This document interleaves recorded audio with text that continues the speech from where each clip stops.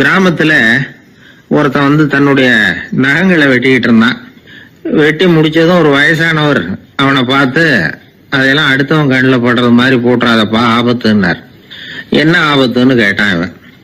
எவனாவது பில்லி சூனியம் வைக்கிறவன் எடுத்துட்டு போயிட போறான் அப்படின்னாரு அவர். வேண்டாத ஒருத்தனுக்கு ஏதாவது கெடுதல் பண்ணணும்னா உடனே மந்திரவாதியை தேடி போறது உண்டு. மந்திரவாதி என்ன பண்ணுவார்னா, யாருக்கு சூன்யம் வைக்கணுமோ அவனோட காலடி மண்ணு, முடி, நகம் இதையெல்லாம் அவனுக்கு தெரியாம எடுத்துட்டு வா அப்படிம்பார். இது மட்டும் இல்ல, அழுக்கு துணி, பேரு, மனித உருவம் மாதிரி செய்யப்பட்ட பொம்மை இதெல்லாம் கூட மந்திரவாதிகள் பயன்படுத்துறது உண்டு. இதெல்லாம் ஏமாத்து வேலை. மனிதனுடைய முடி, நகம் இதெல்லாம் வெட்ட வெட்ட வளருது இல்லையா, அதனால அதுக்குள்ள உயிர் இருக்கிறதாக ஆதி மனிதர்கள் நம்பி இருப்பாங்க. அதனால மனுஷங்கிட்ட இருந்து அதெல்லாம் பிரிக்கப்பட்ட பிறகும் கூட அதுகளுக்கும் அந்த மனுஷனுக்கும் தொடர்பு இருக்கிறதாக அவங்க நம்பினாங்க. அந்த நம்பிக்கை தொடர்ந்து அதோட விளைவாதான் இன்னைக்கு மந்திரவாதிகள் நகத்தையும் முடியையும் எடுக்கிறாங்க. அந்த நகத்துக்கும் முடிக்கும் ஒரு பாதிப்பு உண்டாக்குனா அது சம்பந்தப்பட்டவனுக்கு போய் சேரும் அப்படிங்கறது அவங்க நினைப்பு. அவ்வளவுதான் விஷயம். இது மாதிரி நம்பிக்கைகள் தான் இன்னைக்கு நகம், முடி இதையெல்லாம் மத்தவங்க கண்ணுல படும்படி போடக்கூடாது அப்படிங்கிற வழக்கத்தை உண்டாக்கி விட்டுது. ஒருத்தர் பேரு என்னன்னு கேட்டு தெரிஞ்சுட்டு போய் அந்த பேரை வச்சு அவனோட ராசி பலனை கணிச்சு அவனுக்கு ஏற்பட இருக்கிற கெட்ட நேரத்துல அவனுக்கு சூன்யம் வச்சா அது உடனே பலிக்கும் அப்படின்னு ஒரு நம்பிக்கை. அது மட்டும் இல்ல, சூன்ய தகட்டுல பேரை எழுதி புதைக்கிறதும் உண்டு. இதனாலதான் பெண்கள் கணவன் பேரை சொல்லாத பழக்கம் ஏற்பட்டுதான். அதாவது பேரை கேட்டுக்கிட்டு போய் ஏதாவது கெடுதல் பண்ணிவிட்டா என்ன பண்றது அப்படிங்கிற பயம். அப்படி ஆரம்பிச்ச பழக்கம்தான் இன்னைக்கு ஏதோ மரியாதைக்காக கணவன் பேரை பிறர் முன்னிலையில சொல்றது இல்லை அப்படிங்கறது மாதிரி ஆயிட்டுது. மந்திரவாதிகள் நம்ம ஊர்ல மட்டும்தான் இருக்கிறாங்கன்னு நினைக்காதீங்க, உலகம் பூரா உண்டு. பிசி தீவில் வாழக்கூடிய மக்கள் என்ன செய்வாங்களாம் தெரியுமா? இது மாதிரி மாந்திரீகம், செய்வன, பில்லி, சூனியம் இதெல்லாம் தங்களை பாதிக்காம இருக்கிறதுக்காக வீட்டை சுத்தி அகழி வெட்டி அதுல தண்ணீரை நிரப்பி வச்சிருவாங்களாம். ஆஸ்திரேலியாவில் இருக்கக்கூடிய பழங்குடி மக்கள் கிட்ட ஒரு பழக்கம், ஏதாவது பழங்கள் சாப்பிட்டா அதோட விதைய தண்ணீர்லயோ அல்லது ஆத்துலயோ போட்டுருவாங்களாம். வெளியில போட்டுட்டா அதை எடுத்து செய்வினைக்கு பயன்படுத்திடுவாங்க அப்படிங்கிற பயம். இது மாதிரி உலகம் பூராவும் செய்வினையின் மூலம் அடுத்தவங்களுக்கு பாதிப்பை உண்டு பண்ண முடியும் அப்படிங்கிற நம்பிக்கை இருக்கத்தான் செய்யுது. பொதுவா எல்லா ஊர்லயுமே நகம், முடி, காலடி மண்ணு, மனித உருவ பொம்மை இததான் மந்திரவாதிகள் பயன்படுத்துறாங்களாம். இந்த பில்லி, சூனியம், செய்வினை இதுல இருக்கிற உண்மை என்ன தெரியுமா? நகமோ முடியோ எதையும் செய்யறது இல்ல, சம்பந்தப்பட்டவனுக்கு ஏற்படுற பயம் இருக்கு பாருங்க, அதுதான் பாதிக்கும். இது மனநிலையை பொறுத்த விஷயம், வேற விஞ்ஞான ரீதியான பாதிப்பு இதுல எதுவும் கிடையாது. நம்ம ஊர்ல ஏற்பட்ட பகுத்தறிவு சிந்தனைகள், மூட நம்பிக்கைகளை எவ்வளவோ குறைச்சிருக்குது. இருந்தாலும் ஏமாந்து போறவங்க இன்னும் இருந்துகிட்டு தான் இருக்கிறாங்க. இந்த காலத்துல சின்ன குழந்தைகளை கூட ஏமாத்துறது கஷ்டம். ஒரு குழந்தை கேட்டுதான், ஏன்பா பிரார்த்தனை பண்ணுனா நமக்கு எல்லாம் கிடைக்குமா அப்படின்னு தான். ஓ கிடைக்குமே அப்படின்னாராம் அப்பா. நீ வச்சிருக்கிறிய பேனா அது கூட கிடைக்குமா அப்படின்னு கேட்டுதான் குழந்தை. ஓ கிடைக்கும் அப்படின்னாராம். அப்படின்னா நீ வச்சிருக்கிற பேனாவை என்கிட்ட கொடுத்துரு, அதுக்கப்புறம் நீ பிரார்த்தனை பண்ணி வேற ஒரு பேனாவை வாங்கிக்கோ அப்படின்னு தான் அந்த சின்ன குழந்தை. ஒரு ராஜா இருந்தார். அவர் ஒரு பெரிய கோயில் கட்டினார். பல ஊர்கள்ல இருந்து சிற்பிகள்லாம் கொண்டுகிட்டு வந்தார். அழகழகா சிற்பங்களை செய்ய சொன்னார். ஊர்ல உள்ள ஜனங்களும் கோயில் கட்டுறதுக்கு அவங்களால முடிஞ்ச உதவியை செஞ்சாங்க. ராத்திரி பகலா வேலை நடக்குது. கோயில் கொஞ்சம் கொஞ்சமா வசந்துகிட்டே வந்துட்டுது. அந்த ஊர்ல ஒரு வயசான அம்மா இருந்தாங்க, ரொம்ப ஏழை. அவங்களுக்கு மனசுக்குள்ள ஒரு உறுத்தல், இந்த ஊர்ல எல்லாரும் இந்த கோவில் கட்டுறதுக்கு அவங்களால முடிஞ்ச உதவியை பண்ணிட்டு இருக்கிறாங்க, நம்மளால ஒன்றும் பண்ண முடியலையே அப்படின்னு நினைச்சு கவலைப்பட்டாங்க. அவங்களுக்கு மனசு கேட்கல, ஏதாவது செய்யணும் நம்மளால முடிஞ்சது அப்படின்னு யோசனை பண்ணாங்க. நல்ல வெயில் நேரத்துல சிற்பிகள்லாம் ரொம்ப சிரமப்பட்டு சிலை வடிச்சுக்கிட்டு இருக்கிறாங்கல்ல, அவங்களுக்கு அந்த நேரம் தாகம் எடுக்குமே, அதனால சிரமப்பட்டு ஒரு குடத்துல தண்ணி எடுத்துக்கிட்டு அதை இடுப்புல வச்சுக்கிட்டு மெதுவா கொண்டுகிட்டு அங்க போறது அப்படின்னு முடிவு பண்ணிட்டு அந்த அம்மா போச்சு.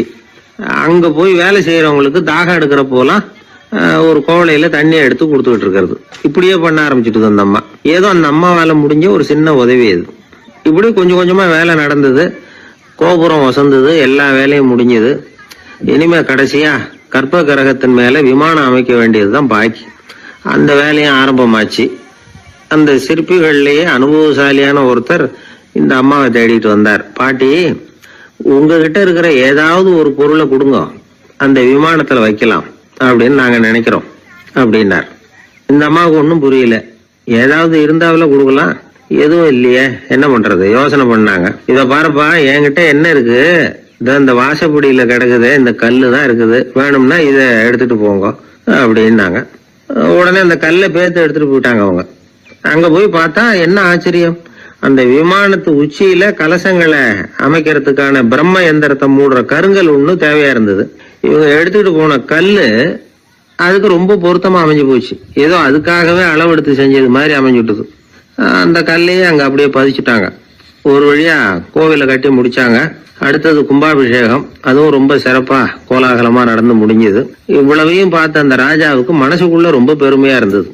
இவ்வளவு பெருசா இந்த கோவில் உருவாகிறதுக்கும் இவ்வளவு சிறப்பா இந்த விழா நடக்கிறதுக்கும் நாம தானே காரணம் அப்படின்னு மனசுக்குள்ள நினைச்சுக்கிட்டார். இப்படி நினைச்சுக்கிட்டே அன்னைக்கு ராத்திரி அரண்மனையில படுத்து தூங்கினார். உடனே ஒரு கனவு. ஆண்டவனே அந்த ராஜாவோட கனவுல வந்தார். ராஜா ஆண்டவனை வணங்கினார். இறைவா, உங்களுக்காக நான் கட்டி இருக்கிற கோவில் எப்படி இருக்குது, நல்லா இருக்குதா அப்படின்னு கேட்டார் ராஜா. அதுக்கு இறைவன் சொன்ன பதில் என்ன தெரியுமா? நீ கட்டின கோவில்ல அந்த கிழவியோட நிழல்ல நான் சுகமா இருக்கிறேன் அப்படின்னாராம். இப்படி சொல்லிவிட்டு கடவுள் மறைஞ்சுட்டார். கனவு கலைஞ்சது. ராஜா விசாரிச்சார், யார் அந்த கிழவி அப்படின்னு. எல்லாரும் விவரத்தை சொன்னாங்க. அப்பதான் ராஜா நினைச்சு பார்த்தார், இந்த கோவிலை நானே கட்டினதாக ரொம்ப பெருமைப்பட்டுக்கிட்டேன். ஆனா அந்த வயசான அம்மா வீட்டு வாசல்ல கிடந்த கல்லு அது இறைவனுக்கு சுகமான நிழல் கொடுக்கறதாக சொல்றாரு அப்படிங்கறத எண்ணி பார்த்தார். நான்கிற எண்ணம் நழுவி போயிட்டுதான். கோபுரம் எவ்வளவு பெருசுங்கிறது முக்கியம் இல்ல, குணம் எவ்வளவு பெருசுங்கிறது தான் முக்கியம். அந்த வயசான அம்மா நம்ம நாட்டுல வாழறது தான் நமக்கு உண்மையான பெருமை அப்படின்னு நினைச்சாராம் ராஜா. இந்த காலத்திலயும் ஒரு ஊர்ல ஒரு கோவில் கட்டினாங்க.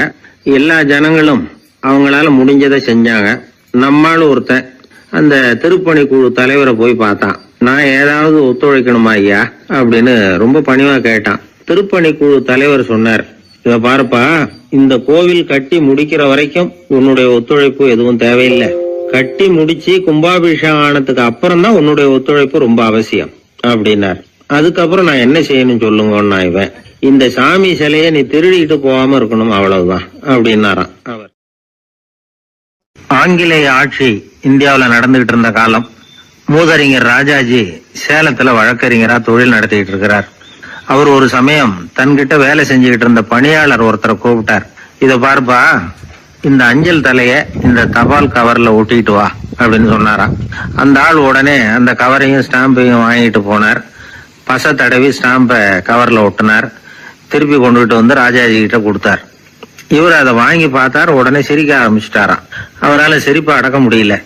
அந்த பணியாளரை பார்த்து, ஏன்பா, நாங்க எல்லாரும் எவ்வளவோ பாடுபட்டு முயற்சி பண்ணி போராடிட்டு வர்றோம், ஆனா எங்களால முடியல, எங்களால முடியாத அந்த காரியத்தை நீ ஒரு நிமிஷத்துல செஞ்சுட்டியே அப்படின்னு சொல்லிவிட்டு மறுபடியும் சிரிச்சாராம். பணியாளருக்கு உடனடியா ஒன்னும் புரியல. என்னன்னு பார்த்தார். அப்புறம் ராஜாஜி சொன்னாராம், ஆமாப்பா, நீ ஒரு நிமிஷத்துல பிரிட்டிஷ் மன்னரை கவுத்துட்டியே அப்படின்னாராம். அப்புறம் தான் விவரம் புரிஞ்சிருக்குது. அந்த பணியாளர் மன்னர் உருவம் இருந்த அந்த தபால் தலைய அந்த கவர்ல தலைகீழா ஒட்டி வச்சிருக்கிறார். அதை பார்த்துட்டு தான் ராஜாஜி அப்படி சொன்னாராம். இந்த நகைச்சுவை உணர்வு அவருக்கு இயல்பாவே இருந்தது. சேலத்துல வெங்கட சுப்பையர் அப்படின்னு சொல்லி ஒரு பிரபலமான வக்கீல், அவரும் ராஜாஜியும் ஒரு ஊர்ல பொதுக்கூட்டத்தை முடிச்சுக்கிட்டு திரும்பி ரயில்ல சென்னைக்கு வந்துட்டு இருக்கிறாங்க. ராத்திரி நேரம். வெங்கட சுப்பையர் ஜன்னல் ஓரமா உட்கார்ந்து பயணம் பண்ணிட்டு இருக்கிறார். திடீர்னு ஒரு இடத்துல அவரோட கை கடிகாரம் நழுவி ஜன்னல் வழியா வெளியில வந்துட்டுதான். அவர் உயிருக்கு உயிரா பாதுகாத்து வச்சிருந்த வாட்ச் அது. ஏன் தெரியுமா? அவர் வக்கீல் ஆகிறதுக்கு முன்னாடி சென்னை கிறித்துவ கல்லூரியில பணியாற்றிக்கிட்டு இருந்தார். பணி முடிஞ்சு விலகிறப்போ அவர்கிட்ட படிச்ச மாணவர்கள்லாம் அன்புக்கு அடையாளமா ரொம்ப பிரியமா கொடுத்த கை கடிகாரம் அது. அப்பேற்பட்ட அன்பு பரிசை திடீர்னு இழந்து விடுறதுக்கு யாருக்குதான் மனசு வரும்? ஐயோ, வாட்சி வெளியில விழுந்துட்டுதே அப்படின்னு பதற்றத்தோட சத்தம் போட ஆரம்பிச்சாராம். ராஜாஜி பக்கத்துலதான் உட்கார்ந்து இருக்கிறார். இருந்தாலும் இதை கேட்டுவிட்டு பதட்டப்படல, பதில் எதுவும் சொல்லல. அவர் பாட்டுக்கு என்னத்தையோ 1, 2, 3ன்னு எண்ணிட்டே வந்தாராம். வெங்கட சுப்பையர் ரொம்ப வேதனைப்பட்டிருக்கார். என்னங்க இது, என்னோட அருமையான கை கடிகாரம் நழுவி வெளியில விழுந்துட்டுது, அதுக்காக நான் தவிச்சுக்கிட்டு இருக்கிறேன். நீங்க என்னன்னா இதை கொஞ்சம் கூட காதுல வாங்கிக்காம குழந்தை மாதிரி என்னத்தையும் எண்ணிக்கிட்டே வர்றீங்களே அப்படின்னாராம். அப்பவும் ராஜாஜி ஒன்றும் பதில் பேசல. அவர் பாட்டுக்கு விடாம எண்ணிக்கிட்டே வந்தார். அடுத்த ஸ்டேஷன்ல வண்டி நின்னுது. ராஜாஜி ஸ்டேஷன் மாஸ்டரை கூப்பிட்டார். அவர் வந்ததும் அவர்கிட்ட சொன்னாராம், சார், எங்களுக்கு ஒரு உதவி செய்யணும். நாங்க வர்ற வழியில என் நண்பரோட வாட்ச் வெளியில விழுந்துட்டுது. அது விழுந்த இடத்துல இருந்து தந்தி கம்பங்களை விடாம எண்ணிக்கிட்டே வந்திருக்கிறேன். இவ்வளவு கம்பங்களுக்கு அப்பால அது கிடக்கும். தயவு பண்ணி யாரையாவது அனுப்பி அதை தேட ஏற்பாடு பண்ணுங்க. அது கிடைச்சுட்டுதுன்னா எங்களால முடிஞ்ச அன்பளிப்பு தர்றோம். அது மட்டும் இல்ல, எங்களுக்கு ஒரு லெட்டர் போடுங்க, கிடைச்சுட்டுதுங்கிற விவரத்தை நாங்க வந்து வாங்கிக்கிறோம் அப்படின்னு எல்லாம் சொன்னாங்களாம். அப்படின்னு சொல்லி முகவரியெல்லாம் கொடுத்துட்டு வந்துட்டாங்க அவங்க. கொஞ்ச நாள்ல அந்த கடிகாரமும் வந்து சேர்ந்துட்டுதான். இது எதுக்கு சொல்றாங்கன்னா, பதற்றம் அடையக்கூடாது அப்படிங்கிறது ரொம்ப முக்கியம். பதற்றம் அடையக்கூடிய நேரத்துல கூட அறிவை சிதற விடாம செயல்படுத்துற சாமர்த்தியம் எல்லாருக்கும் சுலபமா வந்துடாது. அவரோட நகைச்சுவை உணர்வுக்கு இன்னொரு உதாரணம். ஒரு தடவை அவரை பாக்குறதுக்கு ஒரு நண்பர் வந்தாராம். என்னப்பா பண்ணிட்டு இருக்கிற அப்படின்னு விசாரிச்சிருக்காரு ராஜாஜி. இப்ப நான் நிறைய கதை கட்டுரை எல்லாம் எழுதுறேன் சார், புத்தகம் போடுறேன் அப்படின்னாராம் வந்தவர். அப்படின்னா சாப்பாட்டுக்கு என்ன பண்ற அப்படின்னு கேட்டாராம் ராஜாஜி. இங்க எழுத்த நம்பி யாரும் காலம் தள்ள முடியாதுங்கிறத அவ்வளவு தெளிவா அவர் புரிஞ்சு வச்சிருக்கிறார். ஒரு அரசனும் அமைச்சரும் ஒரு நாள் ரொம்ப சாவகாசமா பேசிக்கிட்டு இருந்தாங்களாம். அரசன் அமைச்சரை பார்த்து ஒரு கேள்வி கேட்டிருக்கார். ஏங்க அமைச்சரே, ஆசை இல்லாத ஒரு மனுஷனால இருக்க முடியுமா அப்படின்னு. ஏன் முடியாது, துறவி அப்படிங்கிறவங்க எல்லாம் அப்படிப்பட்டவங்க தானே அப்படின்னாராம் அமைச்சர். அவங்கெல்லாம் உண்மையிலேயே ஆசையை விட்டவங்க தானே அப்படின்னு கேட்டாராம் ராஜா. அப்படிதான் இருக்கணும் அப்படின்னாராம் அமைச்சர். அப்படின்னா ஆசையே இல்லாத ஒரு உண்மையான துறவியை நான் பார்க்கணுமேன்னார். அது என்ன பிரமாதம், அதுக்கு நான் ஏற்பாடு பண்றேன் அப்படின்ட்டார் இவர். சொல்லிவிட்டு உடனே புறப்பட்டு போனார். அங்க இங்க தேடினார். அப்புறம் தான் அவருக்கு புரிஞ்சுது உண்மை துறவியை கண்டுபிடிக்கிறது எவ்வளவு கஷ்டமான காரியம்னு. இருந்தாலும் ராஜா கிட்ட சொல்லியாச்சே, உண்மை துறவியை காட்டுறேன்னு. இப்ப என்ன பண்றது? ராஜா கிட்ட சொன்னபடி நடக்கலைன்னா அவருக்கு கோவம் வந்துடும். அமைச்சர் ஒரு யோசனை பண்ணார். அவருக்கு ஒரு வழி தெரிஞ்சுது. அதுதான் சரின்னு முடிவு பண்ணார். அதாவது அந்த ஊர்ல அவருக்கு தெரிஞ்ச நாடக நடிகர் ஒருத்தர் இருக்கிறார், நல்லா நடிப்பார். அவரை போய் பார்த்தார். இதை பாருப்பா, எனக்காக நீ ஒரு காரியம் செய்யணும்னார். என்னன்னு கேட்டார் அவரு. நீ ஒரு துறவி மாதிரி கொஞ்ச நேரத்துக்கு நடிக்கணும். ராஜா உன்னை பார்த்துட்டு போற வரைக்கும் நடி, அது போதும். அதுக்காக உனக்கு 10,000 ரூபாய் தரேன் அப்படின்னார். அவர் எந்த காலத்துல இவ்வளவு பணத்தை மொத்தமா பார்த்திருக்கார். அதனால உடனே சரின்னு ஒத்துக்கிட்டார். அமைச்சர் அரண்மனைக்கு திரும்பி வந்தார். என்ன அமைச்சரே, இன்னுமா ஒரு உண்மையான துறவி கிடைக்கலன்னார். உண்மையான துறவி ஒருத்தரை இப்பதான் கொஞ்ச நேரத்துக்கு முன்னாடி பார்த்து பேசிவிட்டு வர்றேன். அவர் நம்ம ஊருக்கு வெளியில குளத்தங்கரையில உள்ள ஒரு ஆலமரத்துக்கு அடியில் உட்கார்ந்துருக்கிறார் அப்படின்னாரு இவரு. அப்படின்னா உடனே புறப்படுங்க அப்படின்னார் ராஜா. பரிவாரங்களோட புறப்பட்டார். அங்க அந்த மரத்தடியில அந்த ஆளு வேஷம் போட்டுக்கிட்டு துறவி மாதிரி உட்காந்துருக்கிறான். ராஜா நேரா போனார். அந்த துறவி காலில் பொத்துன்னு விழுந்து வணங்கினார். உடனே ராணியும் அவர் காலில் விழுந்தாங்க. அடுத்தபடியா அமைச்சர் விழுந்தார். அவருக்கு தெரியும் இது நம்ம ஆளுதான்னு. இருந்தாலும் என்ன பண்றது, நேரம். அப்புறம் பரிவாரங்கள்லாம் துறவி காலில் விழுந்து ஆசீர்வாதம் வாங்கிட்டாங்க. ராஜா அப்புறமா தங்கத்தட்டுல பொண்ணையும் பொருளையும் வச்சு அந்த துறவி கிட்ட ரொம்ப பணிவா நீட்டுறார். தாங்கள் தயவு பண்ணி இதை ஏத்துக்கணும் அப்படின்னு வேண்டிக்கிட்டார். அந்த துறவி பற்று இல்லாம அதை பார்த்தார்.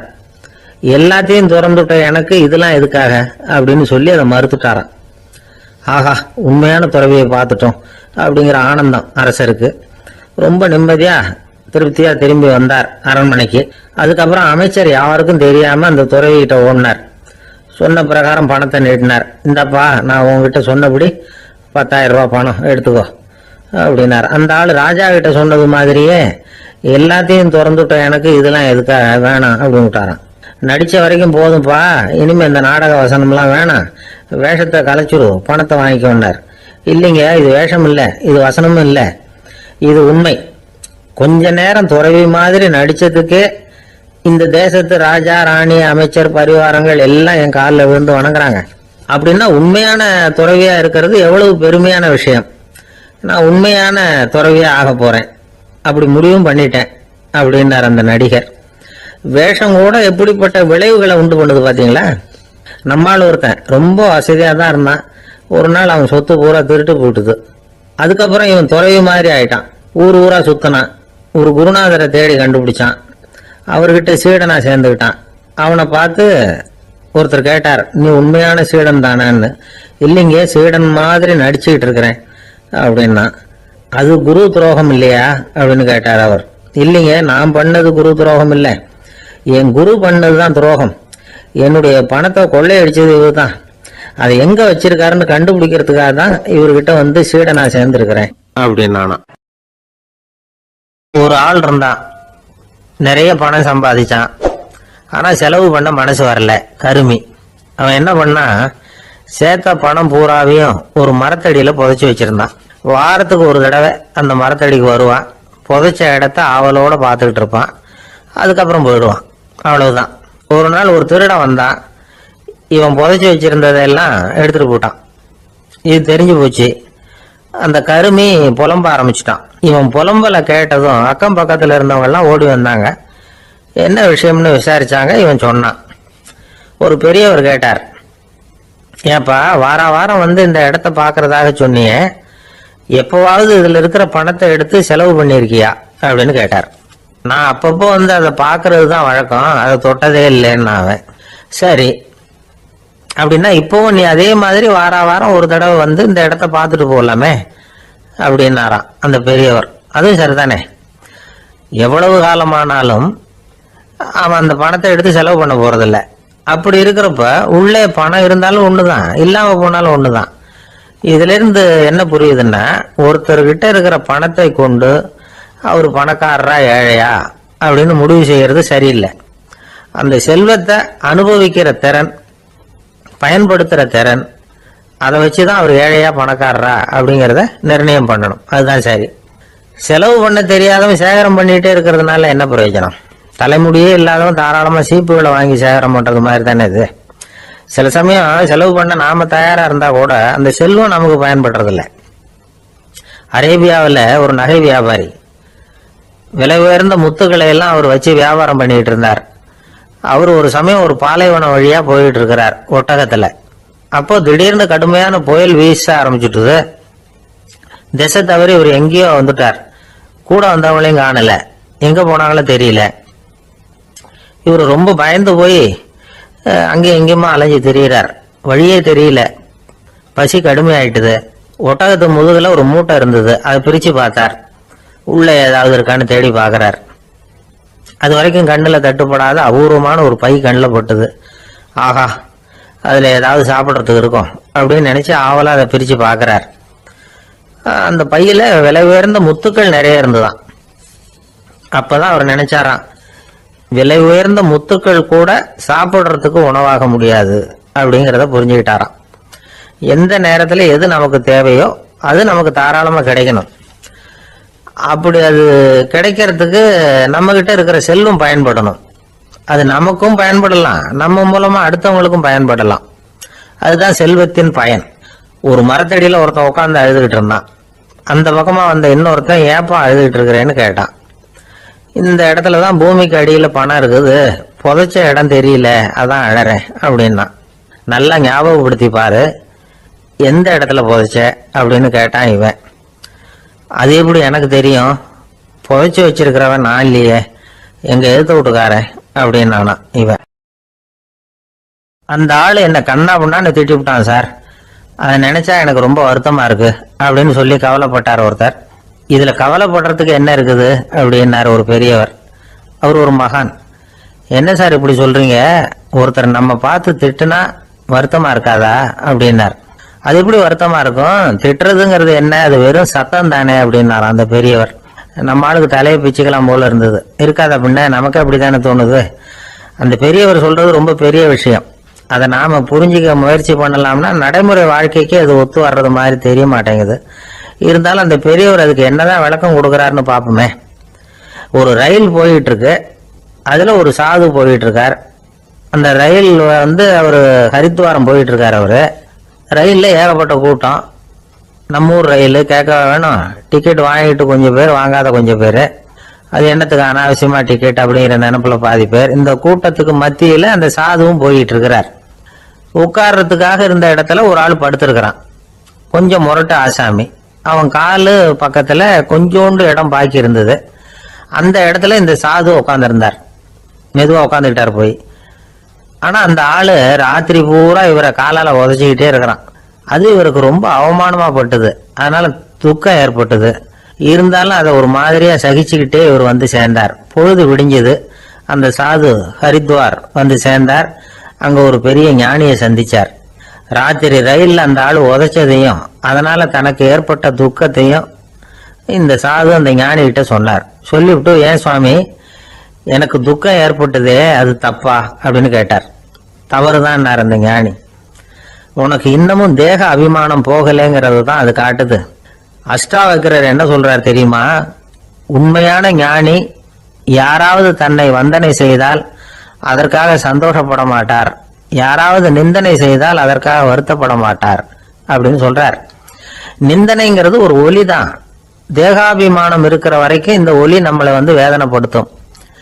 நான் தேகம் இல்லை, ஆத்மா அப்படிங்கிற நினைவு இருந்தா இந்த ஒலி நம்மளை பாதிக்காது. மனு என்ன சொல்றார் தெரியுமா? ஒரு சாதகன் பாராட்டுதலை விஷம்னு நினைச்சு பயப்படணும், அவமானத்தை அமிர்தம்னு நினைச்சு சந்தோஷப்படணுங்கிறார். அவமானப்பட்டா கவலைப்படாம எப்படி இருக்க முடியும் அப்படின்னு தான் நமக்கு தோணும். அதனாலதான் நம்மள யாரும் இதுக்கு உதாரணமா யாரையும் காட்ட முடியல. புத்தரையும் கபீரையும் உதாரணமா காட்டுறாங்க. அவங்களுக்கெல்லாம் அவமானம் ஏற்பட்டப்போ கவலையே படலையாம். புத்தரை வந்து அவமானப்படுத்தணுங்கிறதுக்காக கௌசாம்பி ராணி ஒரு இளம் பெண்ணை கொலை பண்ணி சடலத்தை புத்தர் குடிசைக்கு முன்னாடி போட சொன்னார். போட்டாங்க. புத்தர் தான் அந்த பொண்ணை கெடுத்து கொலை பண்ணி விட்டாருன்னு எல்லாரும் நினைச்சாங்க. ஆனா புத்தர் இதை பத்தி கவலையே படல. அப்புறமா உண்மை தெரிஞ்சதும் புத்தர் புகழ் இன்னும் அதிகமாயிட்டது. ஒரு பெரிய சபையில ஒரு மோசமான பொண்ணு நுழைஞ்சு தனக்கும் கபீருக்கும் சம்பந்தம் உண்டுன்னு சொன்னா கபீர் கவலைப்படல. அவங்க மாதிரியெல்லாம் நாமளும் இருக்க கத்துக்கணும். நிந்தனை, அபகீர்த்தி, அவமானம் எல்லாம் ஆண்டவன் கொடுக்கிற பிரசாதம்னு நினைக்கணும் அப்படின்னு சொல்றார் அந்த ஞானி. இதை கேட்ட இந்த காலத்து ஆசாமி ஒருத்தர், நான் கூட அப்படிதான் சார், யாராவது அவமானப்படுத்தினா கவலைப்பட மாட்டேன். நேத்து கூட ஒருத்தர் என்ன பலார்னு அரைஞ்சுட்டார், நான் கொஞ்சம் கூட கவலைப்படல, பேசாம வந்துட்டேன்னார். ஏன் அப்படி வந்துட்டீங்க அப்படின்னு. அவர் அரைஞ்சதுலேயும் ஒரு அர்த்தம் இருந்தது, அதனாலதான் அப்படி வந்துட்டேன்னார். ஏன் அரைஞ்சாருன்னு கேட்டேன். 10 வருஷத்துக்கு முன்னாடி 15 ரூபா அவர்கிட்ட கடன் வாங்கினேன், அதை கேட்டு கேட்டு பார்த்துட்டு கடைசியா தான் அரைஞ்சார் அப்படின்னார். ஆண்டவனுடைய பிரசாதம் இவருக்கு அடிக்கடி கிடைக்கும் போல இருக்கு. ஒரு பல்கலைக்கழகம், அங்க ஒரு இலக்கிய பேராசிரியர், அவர் பாடம் நடத்திட்டு இருந்தார். ராபர்ட் பிரவுனிங் எழுதிய கவிதைகளை பத்தி சொல்லிட்டு இருக்கிறார். மாணவர்களும் ரொம்ப அக்கறையா அதை கேட்டுக்கிட்டு இருக்கிறாங்க. ஒரு குறிப்பிட்ட கவிதையை பத்தி சொல்லும்போது அந்த பேராசிரியருக்கு ஒரு சந்தேகம். அதாவது அந்த கவிதையின் சரியான அர்த்தம் என்னங்கிறதுல சந்தேகம். பேராசிரியர் யோசனை பண்ணார். அந்த கவிதையை முழுசா புரிஞ்சுக்க முடியல. அதனால மாணவர்களை பார்த்து சொன்னார், மாணவர்களே, ஒரு நாள் பொறுத்துங்க, இந்த கவிதையை எழுதின கவிஞர் எங்க வீட்டுக்கு பக்கத்துல தான் இருக்கிறாரு. இன்னைக்கு சாயந்தரம் நான் அவரை நேரிலேயே போய் பாக்குறேன். பார்த்து இதுக்கு என்னங்க அர்த்தம்னு கேட்டுட்டு வந்துடுறேன், அதுக்கப்புறம் உங்ககிட்ட சொல்றேன் அப்படின்னாரா. அன்னைக்கு சாயந்தரமே அந்த பேராசிரியர் கவிஞரை தேடிட்டு போயிட்டார். கவிஞர் அவங்க வீட்டுல அவர் பாட்டு உட்காந்துருந்தாராம். இவரு போய் அவர் முன்னாடி உட்கார்ந்தார். அப்புறம் கேட்டார், ஐயா, அந்த கவிதையின் முழு பொருள் என்னன்னு தெரிஞ்சுட்டு போறதுக்காக வந்திருக்கிறேன் அப்படின்னாராம். எந்த கவிதை அப்படின்னாராம் அவரு. இவர் அந்த கவிதையை சொல்லியிருக்கார். கவிஞர் கொஞ்சம் யோசனை பண்ணிவிட்டு அப்புறம் சொன்னாராம், பேராசிரியரே, நீங்க கொஞ்சம் தாமதமா வந்துட்டீங்கன்னாராம். இவருக்கு ஒன்றும் புரியல. நீங்க என்ன சொல்றீங்க? நான் தாமதமா வந்துட்டேனா? நீங்க தான் உயிரோட இருக்கிறீங்களே, அப்படி இருக்கும்போது நான் தாமதமா வந்துட்டேன்னா அது எப்படி அப்படின்னு இவர் குழம்பி இருக்கிறார்.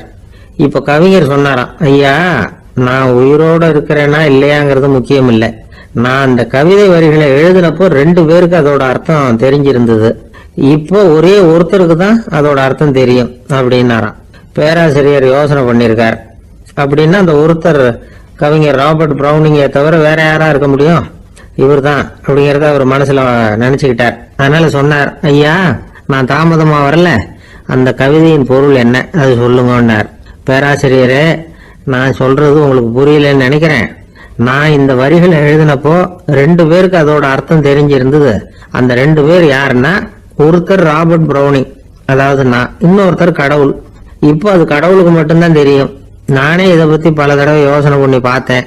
இது ரொம்ப அழகானது, ஆனாலும் ரொம்ப வழுக்கலானது. அதை பிடிச்சிட்டோம்னு நினைச்சிட்டு இருக்கும் பொழுதே காத்து மாதிரி அது உங்ககிட்ட இருந்து ஓடி போயிடுது. எனக்கு ரொம்ப வருத்தமா தான் இருக்குது. நிச்சயமா நான் தான் இந்த வரிகளை எழுதியிருக்கிறேன். அதுல அர்த்தம் இருக்குங்கிறது எனக்கு தெரியும், அதை நான் உணர்றேன். ஆனா நீங்க என்ன மன்னிக்கணும். எனக்கே கூட அதை என்னால விளக்க முடியல. அப்படி இருக்கும்போது உங்களுக்கு எப்படி அதை நான் விளக்க முடியும் அப்படின்னு அந்த கவிஞர். அனுபவிக்கப்படக்கூடிய எல்லாமே விளக்கப்படக்கூடிய ஒன்றல்ல, விளக்கப்படும் எல்லாமே அனுபவிக்கப்படக்கூடிய ஒன்றல்ல அப்படிங்கிறது ஞானிகளுடைய கருத்து. அதுக்காக தான் அந்த சம்பவம். வாழ்க்கையில நீங்கள் தொடர்ந்து ஆய்வு செய்து கொண்டே இருக்கக்கூடிய விளக்கங்களை ஒருபோதும் அடைய முடியாத பரிமாணங்கள் இருக்கிறதுனாலதான் அது அலுப்பு தட்டாம இருக்குது. உங்களால நிறைய அனுபவிக்க முடியும், இருந்தாலும் நீங்கள் அனுபவித்து அறிந்த விஷயங்கள் கூட வார்த்தைகளால விளக்கப்பட முடிவதில்லை அப்படிங்கிறது பெரிய ஒரு சிந்தனை. இதெல்லாம் ஒரு பக்கம் இருக்கட்டும். நமக்கு தெரிஞ்ச பேராசிரியர் ஒருத்தர் 1 மணி நேரம் ரொம்ப விவரமா வகுப்பு எடுத்தார். கடைசியா சொன்னார், மாணவர்களே, ரொம்பவும் எளிமையா விளக்கமா எல்லா விவரமும் சொல்லியிருக்கிறேன். அதனால இதுல உங்களுக்கு சந்தேகம் வர்றதுக்கு வாய்ப்பே இல்லை. இருந்தாலும் கேட்க வேண்டிய கடமை கேட்கிறேன். இதுவரைக்கும் நடத்தினதுல யாருக்காவது ஏதாவது சந்தேகம் உண்டா அப்படின்னு கேட்டாராம். எனக்கு ஒரே ஒரு சந்தேகம் தான் சார் அப்படின்னு எழுந்திரிச்சு நிக்கிறான் ஒருத்தன். என்னன்னு கேட்டாராம். இதுவரைக்கும் நீங்க என்ன பாடம் சார் நடத்துனீங்க அப்படின்னானா அவன். அம்மாக்காரங்களுக்கு அடிக்கடி ஏற்படுற கவலை ஒண்ணு உண்டு. அதாவது குழந்தை சரியா சாப்பிட மாட்டேங்குதே அப்படிங்கிற கவலை.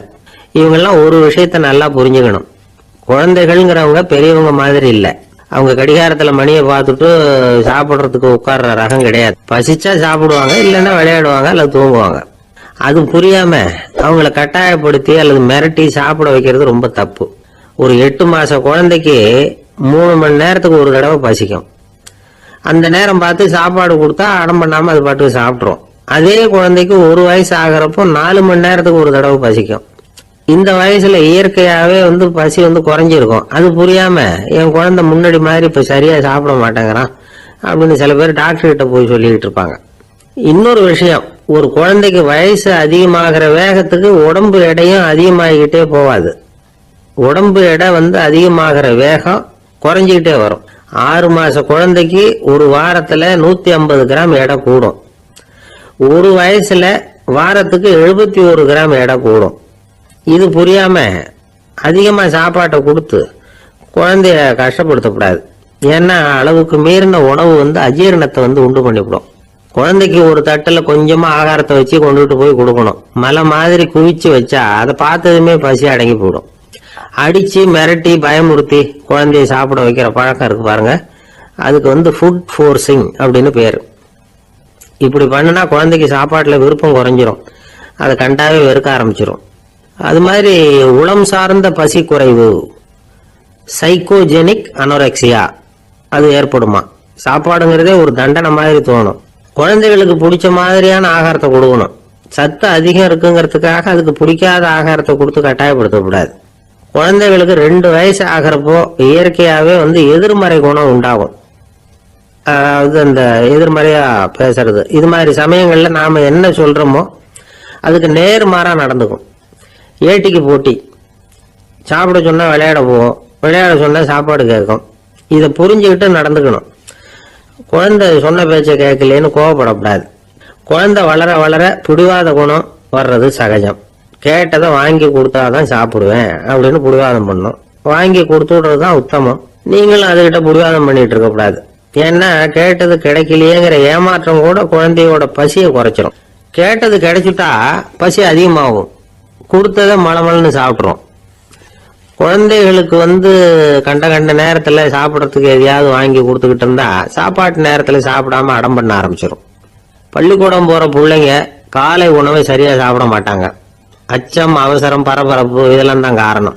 பள்ளிக்கு புறப்படுறதுக்கு ஒரு 3/4 மணி நேரத்துக்கு முன்னாடியே சாப்பாடு போட்டுருங்க, அது சரியா போடும். படிக்கிற குழந்தைகள் உடல் சோர்வு, மனச்சோர்வு இது காரணமா கூட சாப்பிட மறுக்கிறது உண்டு. இப்போ உதாரணமா சாயந்தரம் விளையாடி விட்டு வீட்டுக்கு வந்ததும் சாப்பிட சொன்னா வேணாம்பாங்க. இது உடல் சோர்வு. ரொம்ப நேரம் வீட்டு பாடங்களை செஞ்சு முடிச்ச கையோட சாப்பிட சொன்னாலும் அவங்களால சரியா சாப்பிட முடியாது. இது உளச்சோர்வு, அதாவது மனச்சோர்வு. இதை தவிர குழந்தைகளுக்கு உடல் நல குறைவு ஏற்பட்டா கூட சாப்பிட மறுக்கிறது உண்டு. சில மருந்து மாத்திரைகள் கூட பசியை குறைச்சிரும். அதனால சரியா தெரிஞ்சுக்கிட்டு குழந்தைகளை சாப்பிட வைக்கணும். அது புரியாம கையில சாப்பாட்டு தட்டை வச்சுக்கிட்டு குழந்தைகளை விரட்டிட்டு அலையக்கூடாது. ஒரு சின்ன பையன் சொன்னான், எங்க அம்மா சாப்பாடு போடுறது தெரிஞ்சா நான் உடனே வீட்டை விட்டு வெளியில ஓடி போடுவேன் அப்படின்னா. ஏன் அப்படி பண்றேன்னு கேட்டோம். எங்க அப்பா கூட அது மாதிரிதான் சார் பண்ணுவார் அப்படிங்கிறான். பந்திக்கு முந்தர ஆசாமிகள் நம்மள பல பேர் உண்டு. அப்படி முந்தறதுக்கு கூட முயற்சி பண்றவங்க நிறைய பேர் இருக்கிறாங்க. இதுல என்ன ஒரு விஷயம்னா, பந்திக்கு முந்தறது கூட தப்பு இல்லை. ஆனா அப்படி ஒரு விருந்துல ஆளா போய் உட்காந்து சாப்பிட்டா கூட வெளியில வர்றப்ப என்ன பெரிய விருந்து வச்சுட்டான், சாம்பார்ல உப்பு இல்லை, ரசத்துல காரம் இல்லை அப்படின்னு குறை சொல்லிட்டே வர்றது இருக்கு பாருங்க. அது சரியில்லை, நாகரிகமும் இல்லை. கல்யாண பத்திரிகையில என்ன போட்டிருக்குது, என் பொண்ணுக்கும் இன்னார் பையனுக்கும் கல்யாணம், எல்லாரும் குடும்பத்தோட வந்திருந்து மணமக்களை ஆசீர்வதிக்கணும், இப்படித்தானே போட்டிருக்கோம். குடும்பத்தோட விருந்து சாப்பிட்டு சாப்பாடு எப்படி இருக்குன்னு அபிப்பிராயம் சொல்லிவிட்டு போங்க அப்படின்னா போட்டிருக்கு கல்யாண பத்திரிகையில.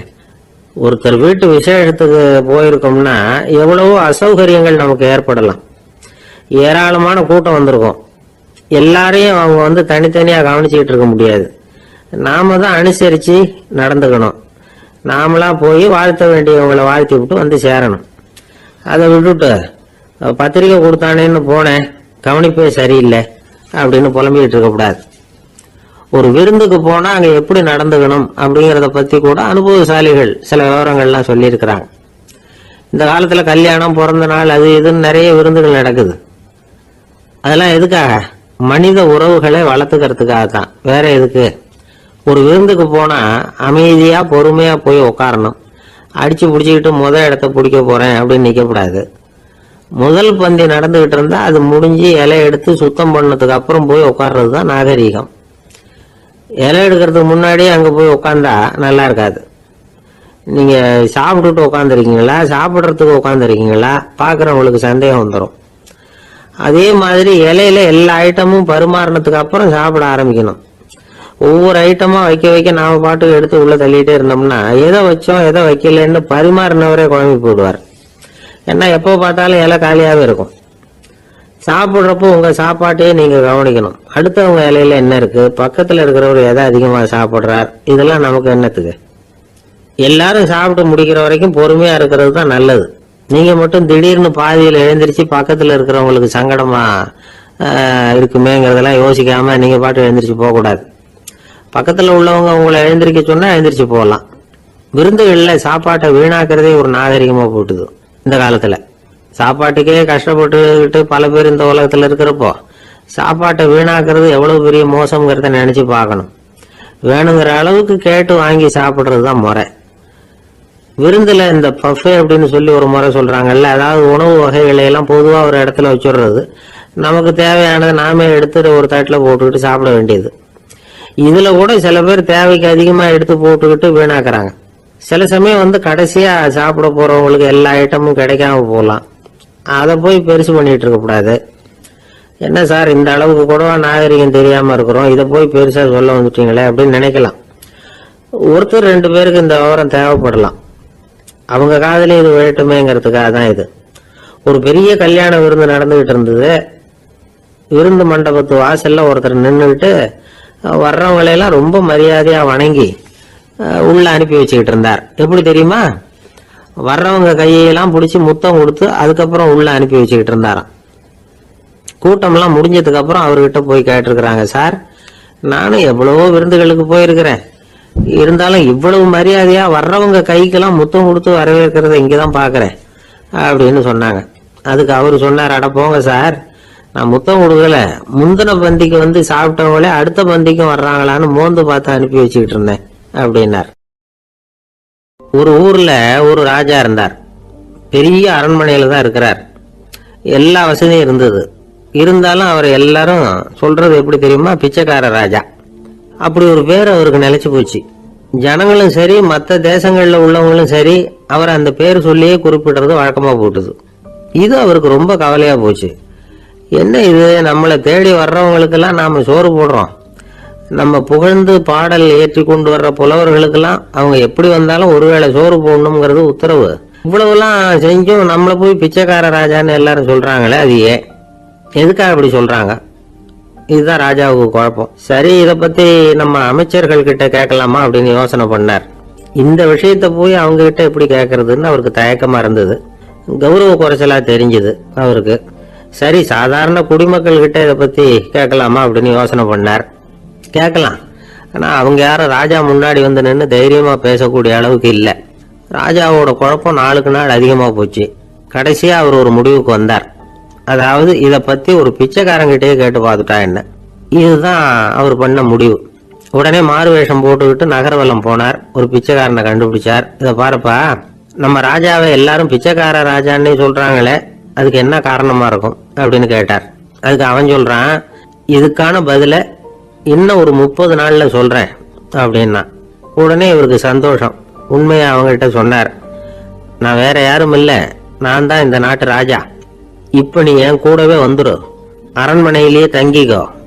30 நாள் கழிச்சு எனக்கு பதில் சொல்லிவிட்டு அதுக்கப்புறமா நீ போகலாம் அப்படின்னு சொல்லி அழைச்சிட்டு வந்துட்டார். அரண்மனையில ஒரு மூலையில அவன் தங்கறதுக்கு இடம் கொடுத்தார். தினம் 2 வேளையும் இவனுக்கு சோறு போடுங்க அப்படின்னு உத்தரவு போட்டார். ராஜா கொடுத்த இடத்துல போய் உக்காந்துக்கிட்டான் அந்த பிச்சைக்காரன். தினமும் அந்த அரண்மனையில நடக்கிறதையெல்லாம் கவனிச்சுட்டு வந்தான். வேளைக்கு சாப்பாடு வரும், சாப்பிட்டுக்கிட்டு இருக்கான். இப்படி 30 நாள் முடிஞ்சது. ராஜா வந்தார். என்ன, என்னோட கேள்விக்கு பதில் என்னன்னு கண்டுபிடிச்சிட்டியான்னார். கண்டுபிடிச்சிட்டேன்னா. என்ன எல்லாரும் பிச்சைக்கார ராஜான்னு சொல்றாங்களே, அது நியாயமா படுதா உனக்குன்னு கேட்டார். நியாயமா தான் படுது, சந்தேகம் இல்லாம நீங்க பிச்சைக்கார ராஜா தான். என்னதான் நீங்க வசதியோடவும் படைபலத்தோடவும் இருந்தா கூட நீங்க எங்க வர்க்கத்தை சேர்ந்த ஆசாமி தான் அப்படின்னு அடிச்சு சொல்லிவிட்டான் அந்த ஆள். எதனால அப்படி சொல்றேன்னு கேட்டார் இவர். அரசே, ஒரு உண்மையை கண்டுபிடிச்சு சொல்றதா நான் உங்ககிட்ட சொன்னேன். நீங்க ராஜ பரம்பரைன்னா உடனே உங்க கழுத்துல கிடக்கிற முத்து மாலையை கழட்டி பரிசா கொடுத்துருப்பீங்க, பொண்ணையும் மணியையும் கொடுத்துருப்பீங்க. ஆனா நீங்க அப்படி செய்யல.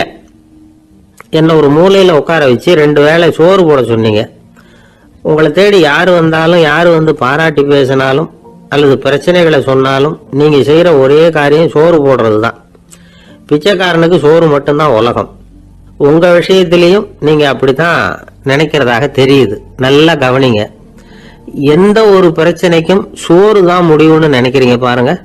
நீங்க சந்தேகம் இல்லாத எங்களை சேர்ந்த ஆளுதான் அப்படின்னு விட்டான் அந்த பிச்சைக்காரன். அதுக்கப்புறம் தான் அந்த ராஜா தன்னுடைய தவறுகளை எல்லாம் தேர்த்திக்கிட்டாராம். பசின்னு வர்றவங்களுக்கு சோறு தான் போடணும், அது தப்பு இல்ல. பாராட்ட வர்றவங்களுக்கெல்லாம் சோத்தையே போட்டு அனுப்புனா இப்படிதான் பேர் வரும். எனக்கு தெரிஞ்ச ஒருத்தர் தினமும் யாராவது ஒருத்தரை தன் வீட்டுக்கு அழைச்சிட்டு போவார், சாப்பாடு போட்டு அனுப்புவார். முன்னறிவிப்பு இல்லாம திடீர்னு ஒரு விருந்தாளியோட வீட்டுல போய் இவர் நிக்கிறது வழக்கம். அந்த அம்மாவும் இவருக்காக தயார் பண்ணி வச்சிருந்ததை இவர் அழைச்சிட்டு வந்திருக்கிற விருந்தாளிக்கு போட்டுருவாங்க. விருந்தாளி சாப்பிட்டுட்டு போனதுக்கு அப்புறம் இவர் மனைவி கிட்ட உனக்கு சிரமம் வேணாம் அப்படின்னு சொல்லிவிட்டு பக்கத்துல உள்ள ஒரு ஹோட்டலுக்கு போய் காசு கொடுத்து சாப்பிட்டுட்டு வந்துருவார். பல நாள் இப்படி நடக்கும். ஒரு நாள் அவரை தனியா கூப்பிட்டுக்கிட்டு போய் ஏன் இப்படி பண்றீங்கன்னு கேட்டோம். அதுக்கு அவர் சொல்றாரு, எங்க வீட்டு சாப்பாட்டுல இருந்து தப்பிக்கிறதுக்கு எனக்கு வேற வழி எதுவும் தெரியல சார், அதனாலதான் இப்படி பண்ணிட்டு இருக்கிறேன் அப்படின்னார் ரொம்ப பரிதாபமா. ஒருத்தன் எப்படி நடந்துக்கிறாங்கிறத வச்சுதான் அந்த ஆளு எப்படிங்கிறத நாம முடிவு பண்றோம். ஆளுமைன்னு சொல்றோம்ல, அதுக்கு சூழ்நிலைகளை ஆளுகின்ற தன்மை அப்படின்னு விளக்கம் கொடுக்கிறார் ஒரு உளவியல் நிபுணர். சரி, ஒரு மனிதனுடைய ஆளுமையை உருவாக்குகிற விஷயங்கள் என்னென்ன? பிறப்பு, வளர்க்கப்பட்ட விதம், படிப்பு, நண்பர்கள், சமுதாயம், இப்படி நிறைய உண்டு. ஆளுமையின் அடிப்படையில் சில மனநோய்கள் உண்டாகுது. அதெல்லாம் என்னென்னங்கிறத தெரிஞ்சு வச்சுக்கிட்டோம்னா நம்ம கூட இருக்கிறவங்களை அடையாளம் கண்டுபிடிக்கிறதுக்கு அது ரொம்ப உபயோகமா இருக்கும். ஃப்ரெனாய்டு ஆளுமை அப்படின்னு ஒண்ணு. இந்த கோளாறு உள்ளவங்க எப்படி இருப்பாங்க தெரியுமா? அதிக உணர்ச்சி, சந்தேகம், பொறாமை இதெல்லாம் அதிகமா இருக்கும். வளைஞ்சு கொடுக்க மாட்டாங்க. அடுத்தவங்களோட இணக்கமான உறவு இருக்காது. அவங்க செய்யற தப்புக்கெல்லாம் அடுத்தவங்களை குறை சொல்லிட்டு இருப்பாங்க. இது ஒரு ரகம். அடுத்தது ஸ்கிசாய்டு ஆளுமை அப்படின்னு சொல்றாங்க. இந்த கோளாறு உள்ளவங்க அடுத்தவங்களோட பழக கூச்சப்படுவாங்க. சின்ன வயசுலேயே இது ஆரம்பமாயிடுது. பகல் கனவுலேயே சஞ்சரிப்பாங்க. அவங்களுடைய விரோதம், கோபம் இதை கூட வெளியில காட்டிக்க முடியாம இருப்பாங்க. இவங்களுக்கு அகமுகம், பிரச்சனைகள்ல இருந்து ஒதுங்கி எதுலேயும் ஈடுபாடு இல்லாதவங்களா இருப்பாங்க. இப்படி ஒரு ரகம்.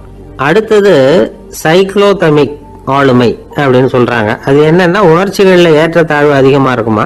சில சமயம் பார்த்தா மகிழ்ச்சியா இருப்பாங்க, சில சமயம் சோகமா உட்கார்ந்துருப்பாங்க.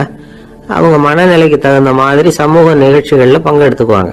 இன்னொரு வகை என்னன்னா எண்ண பீடிகை ஆளுமை அப்படின்னு பேர் வச்சிருக்கிறாங்க. அதுக்கு இவங்களுக்கெல்லாம் கரெக்டாக இருக்கணும், எல்லாம் சட்டத்திட்டம் இதுலேயும் ஒரு ஒழுங்குமுறை, இப்படி எதிர்பார்க்குற மனோபாவம்.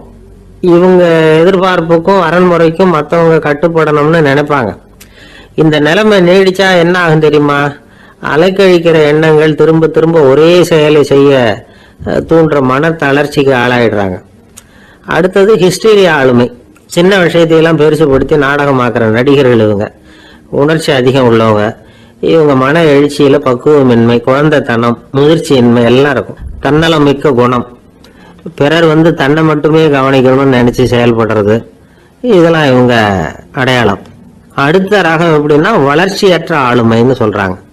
அடுத்தவங்களோட இணங்கி போக முடியாதவங்க, அறிவு, மன எழுச்சி, சமூக உறவு இதுல எல்லாம் போதுமான வளர்ச்சியையும் நிறைவையும் பெற முடியாதவங்க. இவங்களால வாழ்க்கையில முன்னேற முடியாது. பிச்சைக்காரங்க, குற்றவாளிகள் இவங்க கிட்ட எல்லாம் இது மாதிரியான ஆளுமை அதிகமா இருக்குமா. அடுத்தது என்னன்னா சோர்வு உடைய ஆளுமை. எதுலயும் உற்சாகம் இல்லாம சோர்ந்து போயிருப்பாங்க. அதுக்கெல்லாம் நமக்கு வலிமை இல்லப்பா அப்படின்னு சொல்லிட்டு இருப்பாங்க. சின்ன விஷயங்களுக்கெல்லாம் அதிர்ச்சி அடையிறது, வாழ்வின் சுவையை அனுபவிக்க முடியாதவங்க. இன்னொரு ரகம் இது கொதித்தெழும் ஆளுமைங்கிறாங்க. எதுக்கு எடுத்தாலும் ஆத்திரம், குரோதம், வன் செயல் இதுல எல்லாம் ஈடுபாடு இப்படி உள்ளவங்க. நத்தை வகை ஆளுமை அப்படின்னு ஒண்ணு. அடுத்தவங்க மேல விரோதம் இருக்கும், அடிக்கணுங்கிற எண்ணம் இருக்கும். ஆனா அதை அப்படியே வெளியில காட்டாம அதே சமயம் அமைதியான முறையில வெறுப்பை வெளிக்காட்டுற ரகம். இவங்கெல்லாம் பேசாம கம்முன்னு இருந்துகிட்டே நினைச்சதை நிறைவேற்றிடுவாங்க. முன்ஜாக்கிரதை ஆளுமை அப்படின்னு ஒரு ரகமா. பாதுகாப்பின்மை, சந்தேகம், முழுமையின்மை, அறவேக்காட்டுத்தனம் இந்த மனப்போக்கு அதிகமா இருக்கிறதுனால அகம்பாவம், புடிவாதம், எச்சரிக்கை எல்லாம் அளவுக்கு மீறி இருக்கும். இதுவரைக்கும் நாம பேசிக்கிட்டு இருந்த ஆளுமை பண்புகள் அளவுக்கு அதிகமா போயிட்டுதுன்னா ஆளுமை கோளாறுகள் ஏற்படும். அதன் அடிப்படையில மனவியாதிகள் வருமா. அதனால இணக்கமான, எல்லாரும் விரும்புகிற இயல்பான ஆளுமையை பெறுவதற்கு நாம முயற்சி செய்யணும் அப்படிங்கிறது மனோதத்துவ நிபுணர்களுடைய ஆலோசனை. ஒருத்தர் ஒரு மனோதத்துவ டாக்டரை தேடிட்டு வந்தாராம். டாக்டர், எனக்கு மனசுல ஏதோ வியாதி, ஆளுமை கோளாறு, அதாவது எனக்கு சீக்கிரமா செத்து போனா தேவையில்லைன்னு தோணுது அப்படின்னாராம். உடனே அந்த டாக்டர், சரி அப்படின்னா இங்கே இருங்க, நான் வைத்தியம் பார்க்கறேன் அப்படின்னாராம். ஆபீஸ் முடிஞ்சு வீட்டுக்கு போற சமயத்துல ஒருத்தர் கடைக்கு போய் ஸ்வீட் வாங்கினார். சரி, வீட்டுக்கு பிள்ளைங்களுக்கு தான் வாங்கிட்டு போறார் அப்படின்னு மற்றவங்க நினைச்சாங்க. அவரு அப்படி செய்யல. அந்த இடத்துலயே பொட்டலத்தை பிரிச்சார். திருட மாதிரி அப்படியே சுத்தி ஒரு தரம் பார்த்துக்கிட்டார். யாரும் தெரிஞ்சவங்க இல்லைங்கிறத முடிவு பண்ணிட்டு அவசரமா அதை அப்படியே போட்டு முழுகிவிட்டு கையை தொடச்சிக்கிட்டு நல்ல புள்ள மாதிரி நடந்து போக ஆரம்பிச்சுட்டார். அவர் யாருன்னா, அவரோட பிரச்சனை எல்லாருக்கும் தெரியாது, சில பேருக்கு தான் தெரியும். அதாவது அவர் உடம்புல சர்க்கரை இருக்குன்னு டாக்டர் சொல்லிவிட்டாராம். அதனால வீட்டில் சர்க்கரையே இவர் கண்ணில் காட்டுறதில்ல. அதனால இவர் யாரு கண்ணிலையும் படாமல் இப்படிப்பட்ட வேலைகள்லாம் செய்கிறது வழக்கம். யாருக்கும் தெரியாமல் இப்படி ஸ்வீட்டை வாங்கி சாப்பிட்டுட்டு அவர் பாட்டுக்கு போயிடுறது. இப்படிப்பட்டவங்களுக்கெல்லாம் கொஞ்சம் ஆறுதலான தகவல் இன்னைக்கு. அது என்னன்னா, நாம சாப்பிடுற சர்க்கரைக்கும் நம்ம உடம்புல உள்ள சில கோளாறுகளுக்கும் அப்படி என்னதான் சம்பந்தம் இருக்குது. இதை பத்தி சமீபத்தில் சில ஆராய்ச்சிகள்லாம் நடந்திருக்குது. ஏன்னா சர்க்கரைன்னாவே விஷம் மாதிரி அதை பார்க்குறவங்களும் சில பேர் உண்டு. சின்ன பிள்ளைங்களுக்கு வயத்துல பூச்சி உண்டாகிறதுல இருந்து பெரியவங்களுக்கு நீரிழிவு வர்ற வரைக்கும் எல்லாத்துக்கும் சர்க்கரை தான் காரணம்னு சொல்லிட்டு இருக்கிறோம். ஆனா அந்த அளவுக்கு பயப்பட வேண்டிய அவசியம் இல்லை அப்படின்னு சொல்றாங்க. சர்க்கரை வியாதி, இருதய நோய், பித்த நீர்ப்பை நோய் இதெல்லாம் சில நோய்கள்லாம் நாம சாப்பிட்ற சர்க்கரைக்கும் தொடர்பு இருக்குன்னு நினைக்கிறோம். ஆனா அப்படி சம்பந்தம் உண்டுங்கிறதுக்கு போதுமான அளவுக்கு ஆதாரம் இல்லை அப்படிங்கிறாங்க ஆராய்ச்சியாளர்கள். ஒரே ஒரு சம்பந்தம் தான் உறுதியா இருக்குதான். அதுவும் இந்த பல் சிதைவு அப்படின்னு இருக்கு இல்லையா, அந்த சர்க்கரை சாப்பிட்றதுக்கும் இந்த பல் சிதைவுக்கும் சம்பந்தம் இருக்கு அப்படிங்கிறத மட்டும் உறுதியா சொல்றாங்க. சர்க்கரைன்னா நாம சாப்பிட்ற ஜீனி மட்டும் இல்லை, பழம், காய்கறி, பால், தேன் இப்படி எல்லாத்துலேயும் அது இருக்குது. கேரட்டு கொடுக்குற சத்துல 88% சர்க்கரை, ஆப்பிள் கொடுக்குற சக்தியில் 95% சர்க்கரை. இது ஜீனி சர்க்கரை, இது ஆப்பிள் சர்க்கரை அப்படிங்கிற வித்தியாசம்லாம் உடம்புக்கு கிடையாது. ரெண்டுமே உடனடியாக சக்தி கொடுக்குது. ஒரு ஸ்பூன் சர்க்கரையில் 16 கலோரி தான் சத்து இருக்குது. அதிகமாக சர்க்கரை சாப்பிட்டா நீரிழிவு வந்துருங்கிறது தப்பான ஒரு அபிப்பிராயம். டயபெட்டிஸுங்கிறது ஒரு மெட்டபாலிக் டிசார்டர், அவ்வளவுதான். அதாவது நாம சாப்பிடுற சர்க்கரையை நம்ம உடம்பு திறமையா உபயோகப்படுத்திக்க முடியல அப்படின்னு அர்த்தம். அதனாலதான் அதிகமா இனிப்பு வேணாம்னு சொல்றோம். ஏற்கனவே உடம்பால முடியாத ஒண்ண மறுபடியும் அது தலையில சுமத்தி அதிகமா வேலை வாங்க வேணாமே அப்படிங்கிறதுக்காக தான். ஆகாரத்துல அதிகமா சர்க்கரை இருந்தா அதனால உடனே சர்க்கரை வியாதி வந்துடும்ங்கிறதுக்கு விஞ்ஞான ரீதியா போதுமான ஆதாரம் இல்லை. அதனால எப்போவாவது அதிகமா ஸ்வீட்டு சாப்பிட்டுட்டா ஐயோ அதிகமா சாப்பிட்டோமோ என்ன பண்ண போதோ தெரியலையே அப்படின்னு நினைச்சு மனசை போட்டு குழப்பிக்க வேண்டியதில்லை. பொதுவா எதுவுமே அதிகமா வேண்டாம், எல்லாம் சீரா இருந்தா போதும். நீரிழிவுங்கிறது புதுசா வந்துட்ட ஒரு நோய் இல்லை, ரொம்ப காலமாவே இருக்கிற ஒண்ணுதான். நம்ம முன்னோர்கள் இதை மதுமேகம் அப்படின்னு சொல்லுவாங்க. அதை கட்டுப்படுத்துறதுக்கு அவங்களே சில வழிமுறையை சொல்லி வச்சிருக்கிறாங்க. அது என்னன்னா வேற ஒன்றும் இல்லை, இந்த பாவக்காய், முள்ளங்கி, அருகம்புல், அவ்வளவுதான். வெள்ளை முள்ளங்கி இருக்குல்ல, அதை வாரத்துக்கு 3 நாள் சாப்பிட்டுக்கிட்டு வாங்க. நூலுக்கோல் ரொம்ப நல்லது. இல்லைன்னா முள்ளங்கி சாறு 1 ounce சாப்பிட்டுட்டு வரலாம்.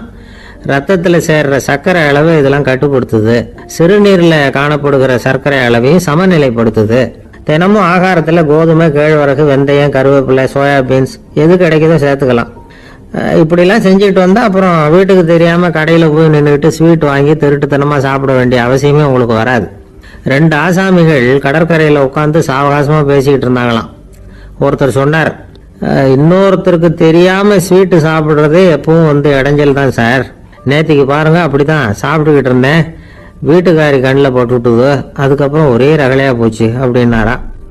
எனக்கு கூட அப்படிதான் சார் ஆயிட்டுது, ஒரே ரகலை அப்படின்னாரா இன்னொருத்தர்.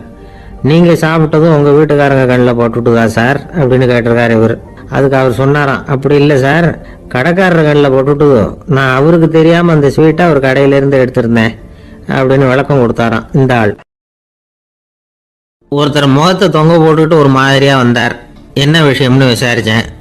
என்னுடைய நண்பன் ஒருத்தங்கிட்ட கருத்து வேறுபாடு, இனிமே நமக்குள்ள எந்த சம்மந்தமும் வேணாம்னு நட்பை முறிச்சிட்டு வந்துட்டேன்னா. நண்பர்கள்னு இருந்தா கருத்து வேறுபாடு வரத்தான் செய்யும்னு. கருத்து வேறுபாடு வராம இருக்கிறதுக்கு ஏதாவது வழி உண்டா அப்படின்னு கேட்டாங்க. அதை பத்தி நிபுணர்கள் சில யோசனைகளை சொல்லியிருக்கிறாங்கன்னு. முதல் விஷயம் என்னன்னா, உங்க நண்பனுக்கு ஒரு செய்தி சொல்லணும்னா அதை நீங்களே நேரடியாக சொல்லுங்க, அல்லது உங்க கைப்பட கடிதம் எழுதுங்க. அதாவது நேரடி தொடர்பு முக்கியம். அதை விட்டுட்டு இன்னொருத்தர் மூலமா நண்பர்களுக்கு செய்தி அனுப்புனா நீங்க சொல்ற செய்தி அப்படியே போய் சேராது, அது சேதமாயிடும். கூட்டி குறைச்சி சொல்லிவிடுவாங்க, அது குழப்பத்தில் கொண்டாந்து விட்டுரும். இது ஒரு யோசனை. 2வது யோசனை என்னன்னா, நீங்க ஒரு நல்ல காரியத்தை செய்யும் பொழுது உங்க நண்பரையும் சேர்த்துக்குங்க, அவருக்கும் அதில் ஒரு ஈடுபாட்டை உருவாக்குங்க. 3வது யோசனை, நம்ம பக்கத்தில் இருக்கிற நண்பர் மகிழ்ச்சி அடைகிற மாதிரி ஏதாவது செய்யணும். சின்ன சின்ன செயல்களாக இருந்தாலும் பரவாயில்ல, அவர் நமக்கு எதுவும் செய்யலையே, நாம் எதுக்கு செய்யணும் அப்படின்னு நினச்சிக்கிட்டு இருக்கக்கூடாது. 4வது யோசனை என்னன்னா, உங்களுக்கு ஒரு பிரச்சனையா அல்லது உங்கள் நண்பருக்கு ஒரு பிரச்சனையா, எதுவாக இருந்தாலும் 2 பேரும் சேர்ந்து உட்காந்து ஆலோசனை பண்ணுங்க. நம்ம யோசனையும் கேட்கப்படுதே அப்படிங்கிற நினைப்பே அவருக்கு ஒரு மன நிறைவை உண்டாக்குமா. 5வது யோசனை, உங்க நண்பர் ஏதோ ஒரு காரியத்தை செய்கிறார், நீங்க உடனே அவசரப்பட்டு நீ செய்யறது தப்புன்னு தீர்ப்பு சொல்லக்கூடாது. அவர் அதை செய்யறதுக்கான நியாயங்கள் எவ்வளவோ இருக்கும், அதை புரிஞ்சுக்கிறதுக்கு முயற்சி பண்ணணும்.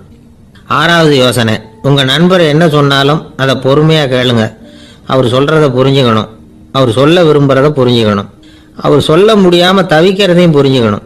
இப்படி 3 விதமாகவும் அவரை புரிஞ்சுக்கிட்டு அதுக்கு தகுந்த மாதிரி செயல்படணும்.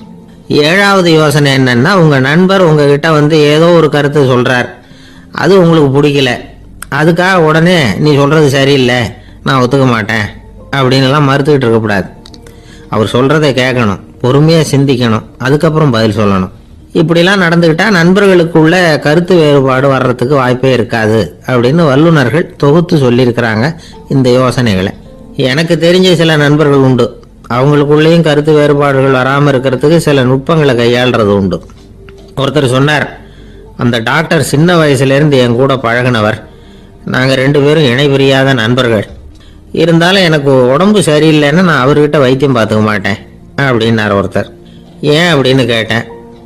எங்கள் நட்பு கெட்டுப்படக்கூடாது இல்லையா, அதனால தான் அப்படின்னாரு இவர். மகாபாரத யுத்தம் முடிஞ்சது. தர்மர் சக்கரவர்த்தி ஆனார். பீஷ்மர் யுத்த பூமியில அம்பு படுக்கையில படுத்து கிடக்கிறார், உயிரை விட போறார். சூரியன் வட திசை அடையிற உத்தராயண புண்ணிய காலத்தை எதிர்பார்த்து காத்துக்கிட்டு இருக்கிறார். அந்த சமயத்துல தர்மர் வந்து கண்ணங்கிட்ட அனுமதி வாங்கிட்டு பீஷ்மரை பாக்குறதுக்காக குருக்ஷேத்திரத்துக்கு வர்றார். தம்பிமார்கள், திரௌபதி எல்லாரும் கூட வர்றாங்க. பீஷ்மரை பார்த்து எல்லாரும் வணங்குறாங்க. யுதிஷ்டர் பீஷ்மர்கிட்ட வர்ணம், ஆசிரமம், மக்கள் கடமை, அரசருடைய கடமை, இது மாதிரி விஷயங்களை பத்தி நிறைய கேள்விகள்லாம் கேட்கிறார். அவரு ஒவ்வொன்னா கேட்டுக்கிட்டு இருக்கிறாரு. பீஷ்மரும் அதுக்கு தகுந்த பதில் சொல்லிட்டு இருக்கிறார். இப்படி பீஷ்மர் வந்து யுதிஷ்டருக்கு வந்து தர்மோபதேசம் செஞ்சுக்கிட்டு இருக்கிறப்போ திரௌபதிக்கு சிரிப்பு வந்துட்டுதான். கழுக்குன்னு அந்த அம்மா சிரிச்சுட்டாங்க. அந்த சத்தத்தை கேட்ட பீஷ்மர் தர்மோபதேசத்தை பாதியில நிறுத்தினார். திரௌபதியை பார்த்தார். மகளே, ஏம்மா சிரிச்சேன்னு கேட்டார். என்ன மன்னிச்சிருங்க பிதாமகரே, ஏதோ தெரியாம சிரிச்சுட்டேன்னாங்க அவங்க. குழந்தாய், உன்ன மாதிரியே உள்ள உத்தம பெண்கள் வந்து காரணம் இல்லாம பலர் முன்னிலையில இப்படி சிரிக்க மாட்டாங்க.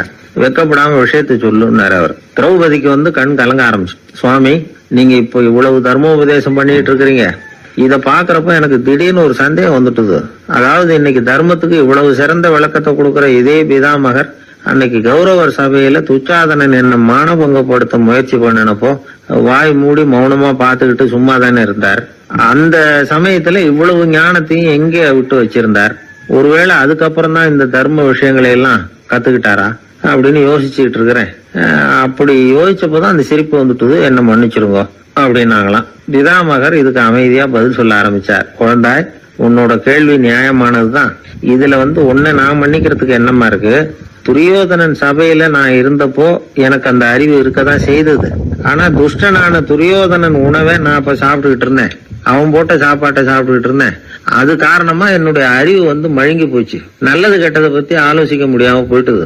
தீயவர்கள் போடுற சாப்பாட்டை சாப்பிட்டா சாப்பிடுறவனுடைய மனமும் உடம்பும் கெட்டு போடும் அப்படின்னு சாஸ்திரம் எல்லாம் சொல்லுது. ஆனா இப்போ வந்து போர்ல அர்ஜுனன் வந்து என் மேல எய்த அம்புகளால என் உடம்புல இருந்த ரத்தம் எல்லாம் வெளியேறி போச்சு. கெட்ட உணவை சாப்பிட்டதுனால உண்டான ரத்தம் பூராவும் இப்போ உடம்பு விட்டு வெளில போயிட்டுது. அதனால என் புத்தியும் தெளிஞ்சுட்டுது.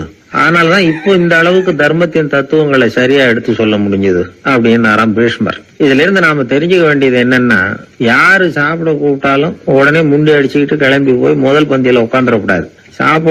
கூப்பிடுறவங்க எப்படிப்பட்டவங்க, நல்லவங்களா கெட்டவங்களா அப்படின்னு எல்லாம் யோசிச்சு பாக்கணுமா. கெட்ட எண்ணத்தோட போடப்படுகிற சாப்பாடு புத்தியை மழுங்கடிச்சிரும் அப்படிங்கிறது ஒரு பெரிய, இந்த காலத்துல பெரியவங்க சொல்ற ஒரு உண்மை. எத்தனையோ பேர் பெரிய உத்தியோகத்துல இருக்கிறவங்கள விருந்துக்கு கூப்பிட்டு சாப்பிட்டு முடிச்ச கையோட முக்கியமான பேப்பர்ல எல்லாம் கையெழுத்து வாங்கிட்டு விட்டுருவாங்களே. கூப்பிடுறவங்க மனசை புரிஞ்சுக்கிட்டு அதுக்கப்புறம் போறதா வேண்டாமா அப்படிங்கறத முடிவு பண்ணணும். சாப்பாட்டுல அவ்வளவு விஷயம் இருக்குது. பீஷ்மருக்கே அந்த நிலைமைன்னா நாமெல்லாம் ஏமாத்துறோம். சில சந்தர்ப்பங்கள்ல சாப்பாடு புத்தியில ஒரு தெளிவு உண்டாக்குறதும் உண்டு. ஒரு ஊருக்கு ஒரு பெரிய மகான் வந்தார். அவரு சாப்பிடுறதே இல்ல, எப்போவாவது கொஞ்சம் தண்ணி பால் அவ்வளவுதான். ருசியெல்லாம் கடந்தவர். அவர்கிட்ட எல்லாரும் போய் ஆசீர்வாதம் வாங்கினாங்க. அந்த ஊர்ல ஒரு ஹோட்டல், அதோட முதலாளி ஒருத்தர், அவரும் அந்த மகான் கிட்ட ஆசீர்வாதம் வாங்கறதுக்காக போனார். அவரு முன்னாடி போய் பணிவா நின்னார். துண்டை இடுப்புல கட்டிக்கிட்டு காலில் விழறதுக்காக போனார். அதுக்கு முன்னாடி அந்த மகான் எழுந்திருச்சு இவர் காலில் விழுந்துட்டார்.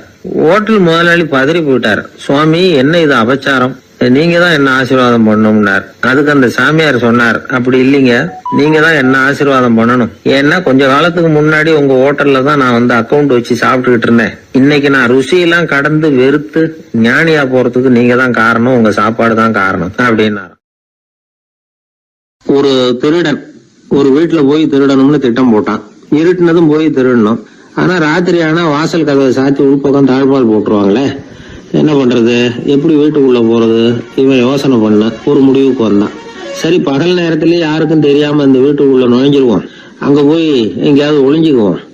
இருட்டுற வரைக்கும் பேசாம இருப்போம்.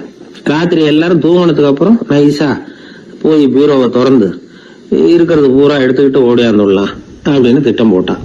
அதே மாதிரி ஒரு நாள் மத்தியானத்துக்கு மேல அந்த வீட்டுக்காரன் எங்கேயோ வெளியில புறப்பட்டு போனான்.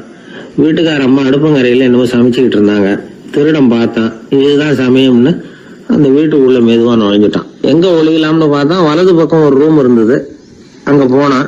அங்க ஒரு படுக்கை அறை, அங்க ஒரு பெரிய கட்டில் இருந்தது. அதுக்கு அடியில போய் பதுங்கிட்டான்.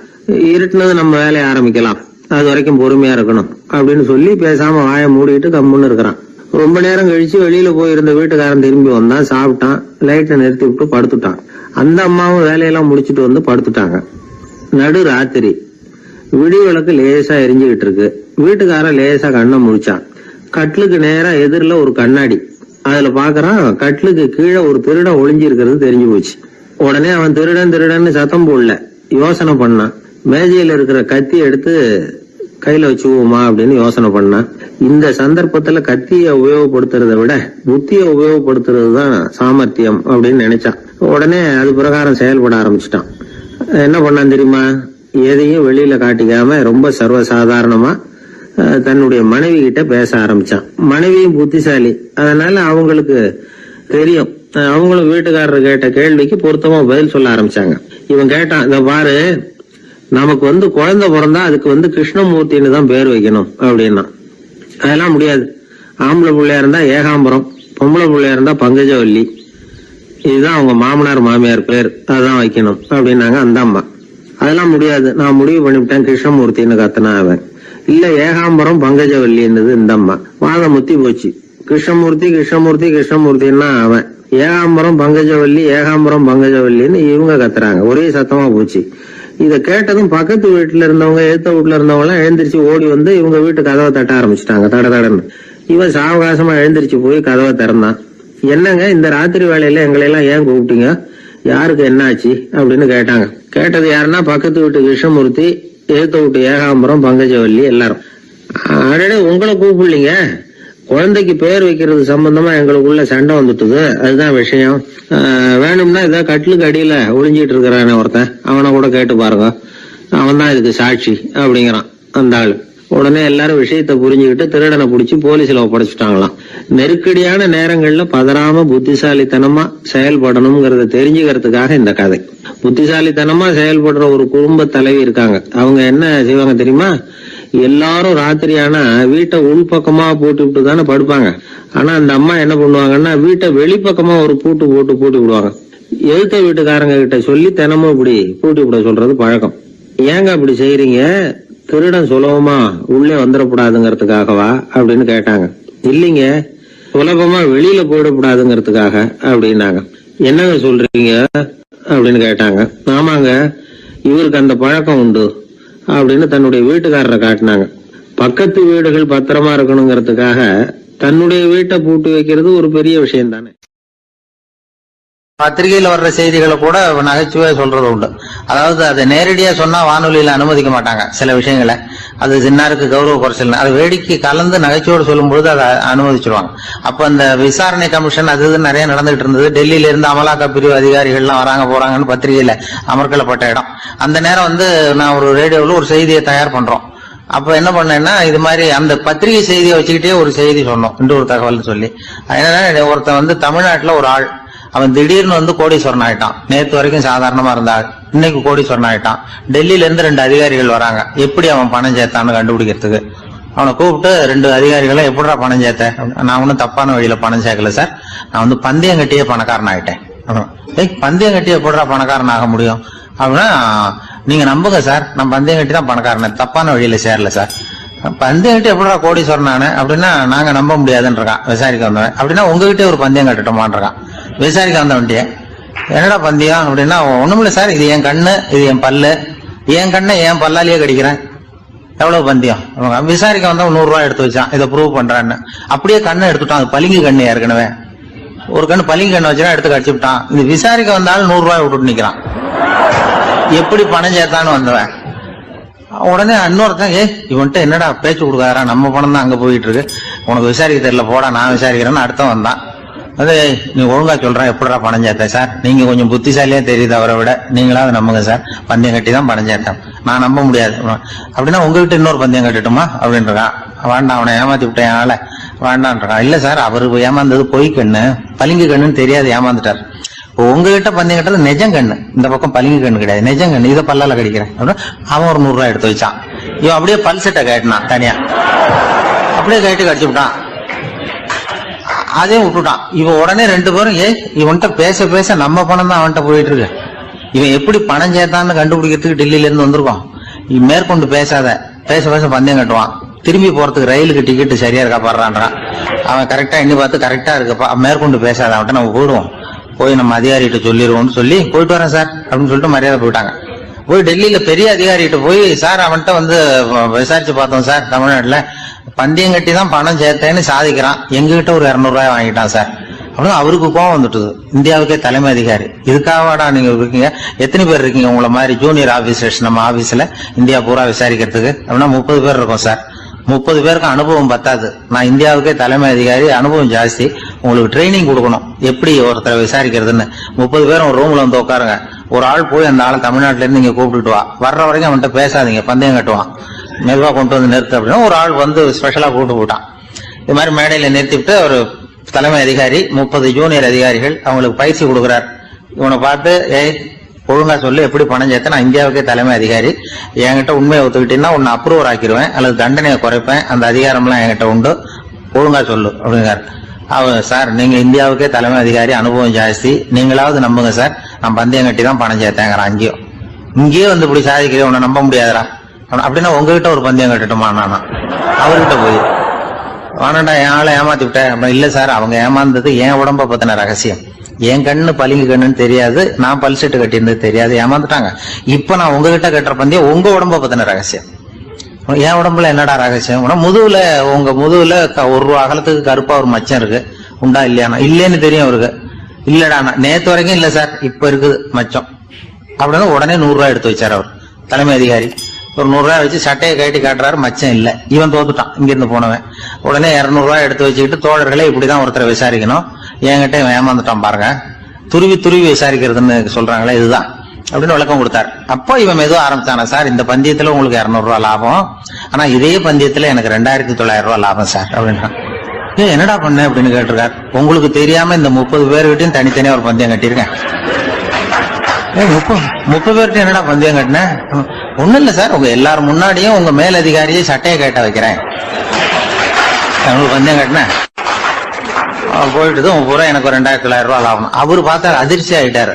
தலைமை, சார் நீங்க போங்க சார் அப்படின்னு சொல்லி ஒரு ஆளை கொண்டு போய், சாரை கொண்டு போய் மரியாதையா பக்கத்து ரூம்ல விட்டுவாங்க, இனிமே அவர்கிட்ட யாரும் பேசாதீங்க வாங்கன்னு சொல்லிவிட்டு, அதுக்கப்புறம் தோழர்களே, இவர் பேச ஆரம்பிச்சார், தோழர்களே இனிமே யாரும் தமிழ்நாட்டு பக்கம் விசாரிக்க போகாதீங்க, நீங்க யாராவது போறதுன்னா மத்திய பிரதேசம், உத்தரப்பிரதேசம், இப்படி எத்தனையோ பிரதேசம் போயிட்டு வாங்க, தமிழ்நாட்டுக்கு மட்டும் போகாதீங்க, ஏன்னா அங்க போனா நம்ம பணத்துக்கு ஆபத்து வந்துருது அப்படின்னு சொன்னாருன்னு. இந்த கதையை ரேடியோல சொன்னேன். இந்த கதையை உண்மை சம்பவமா சொன்னா அனுமதிச்சிருக்க மாட்டாங்க.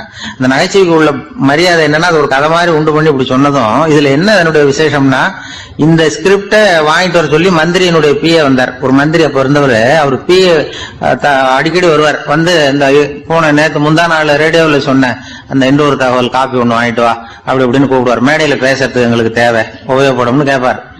அவரு இந்த நிகழ்ச்சி வந்தப்போ உடனே அன்னைக்கு வந்துட்டார் அந்த பிஏ. இன்னைக்கு காலையில சொன்னீங்களே சார், மந்திரி கேட்கிறாரு மேடையில பேசுறதுக்கு அப்படின்னு.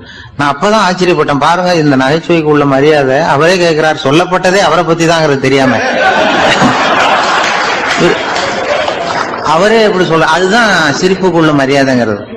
அது யாரை பத்தி சொல்றோமோ அவருக்கு தெரியாம கூட சொல்லலாம் அதை. அப்படி இது உண்மையில நடந்த சம்பவம். அந்த அமைச்சர் இப்ப இல்ல, உயிரோட எல்லாம் இருந்து வாங்கிட்டு இருந்தார்.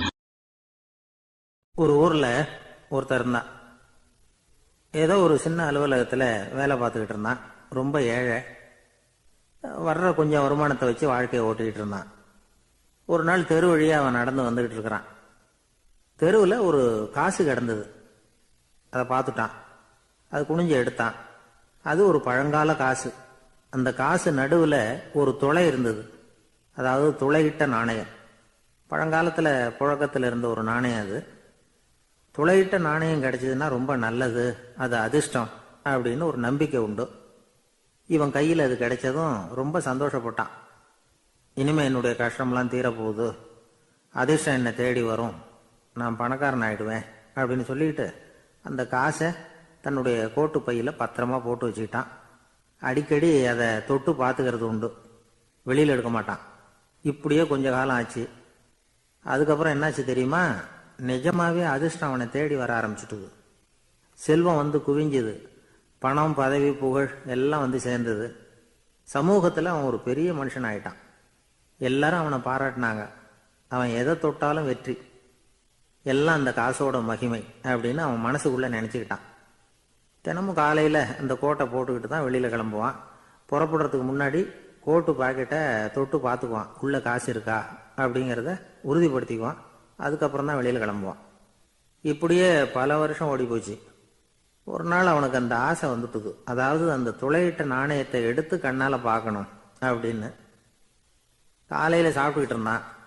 அப்போ தன்னுடைய மனைவி கிட்ட சொன்னான், ரொம்ப நாளைக்கு அப்புறம் என்னுடைய அந்த நாணயத்தை இன்னைக்கு வெளியில எடுத்து பார்க்க போறேன்னா. என்னத்துக்கு அது, இப்போ அதை பார்க்க வேணாமே அப்படின்னு மெதுவாக இழுத்தாங்க அந்த அம்மா. இல்லை இல்லை, நான் பார்த்தே தீரணும் அப்படின்னு அவன் தன்னுடைய சட்டை பைக்குள்ள கையை விட்டான். உள்ள இருந்த நாணயத்தை வெளியில எடுத்தான். பார்த்தா அவனுக்கு ஆச்சரியமா போச்சு. அந்த நாணயத்துல தொலையே இல்லை.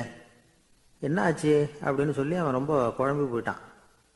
இப்போ அந்த அம்மா சொன்னாங்க, நான் தான் ஒரு நாள் உங்க கோட்டு ரொம்பவும் தூசியா இருக்கேன்னு சொல்லி அதை ஜன்னலுக்கு வெளியில உதறினேன்.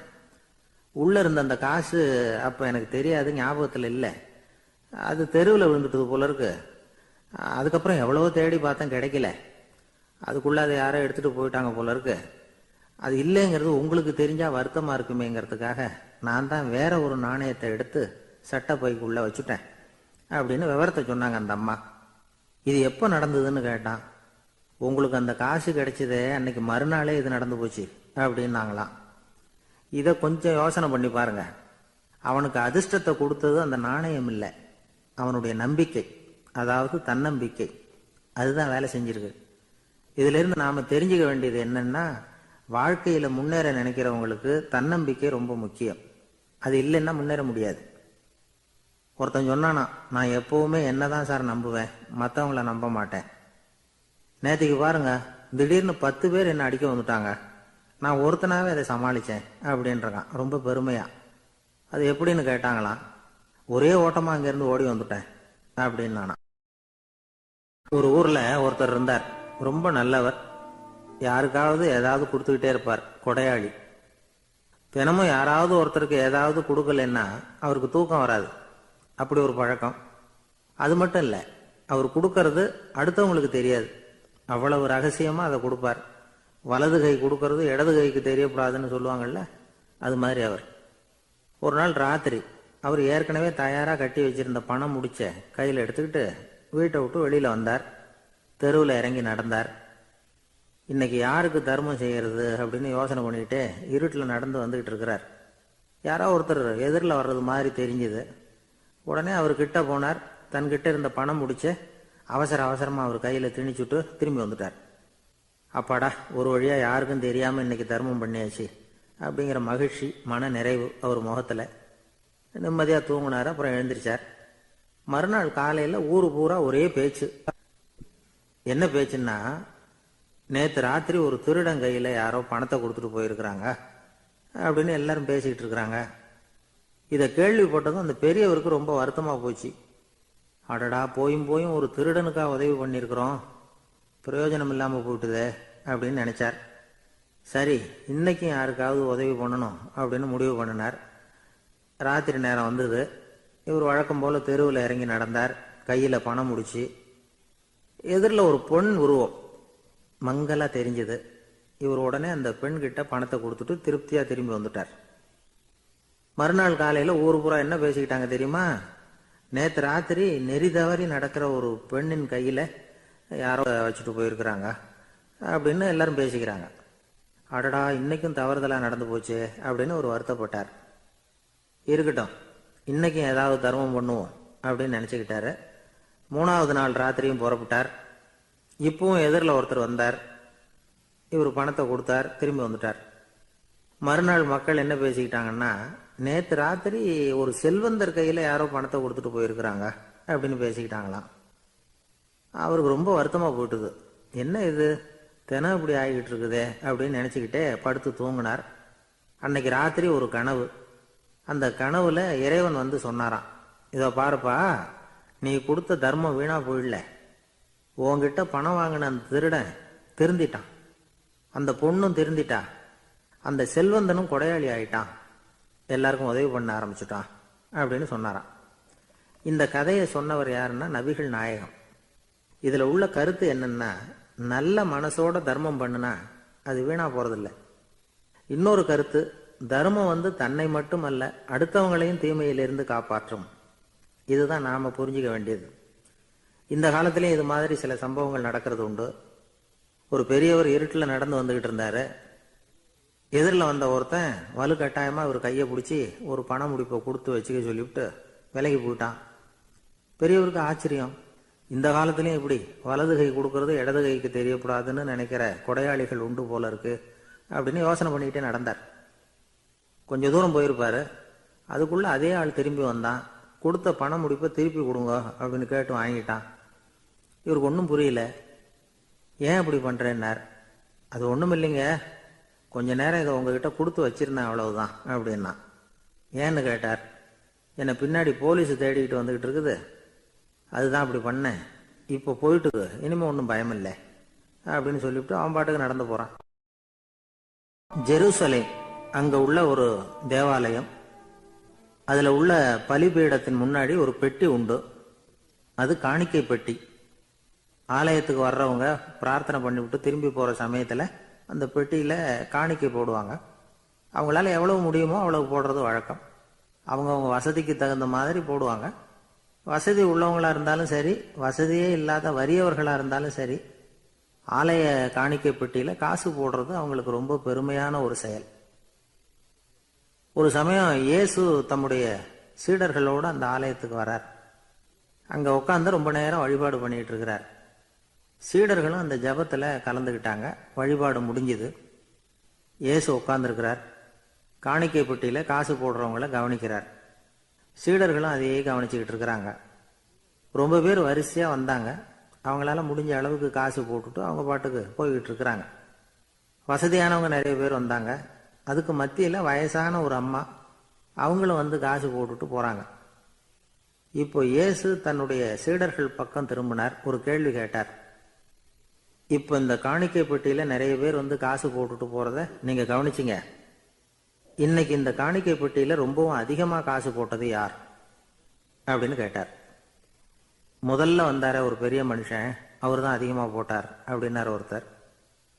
மூணாவதாக வந்தவர் தான் அதிகமாக போட்டார், நான் கவனித்தேன் அப்படின்னாரு இன்னொருத்தர். இப்படி ஆளுக்கு ஒரு விதமாக சொல்கிறாங்க. கடைசியாக இயேசு சொன்னாராம், இன்றைக்கு அந்த பெட்டியில் அதிகமாக காசு போட்டவங்க அந்த வயசான அம்மா தான் அப்படின்னாராம். சீடர்களுக்கு ஒன்றும் புரியல.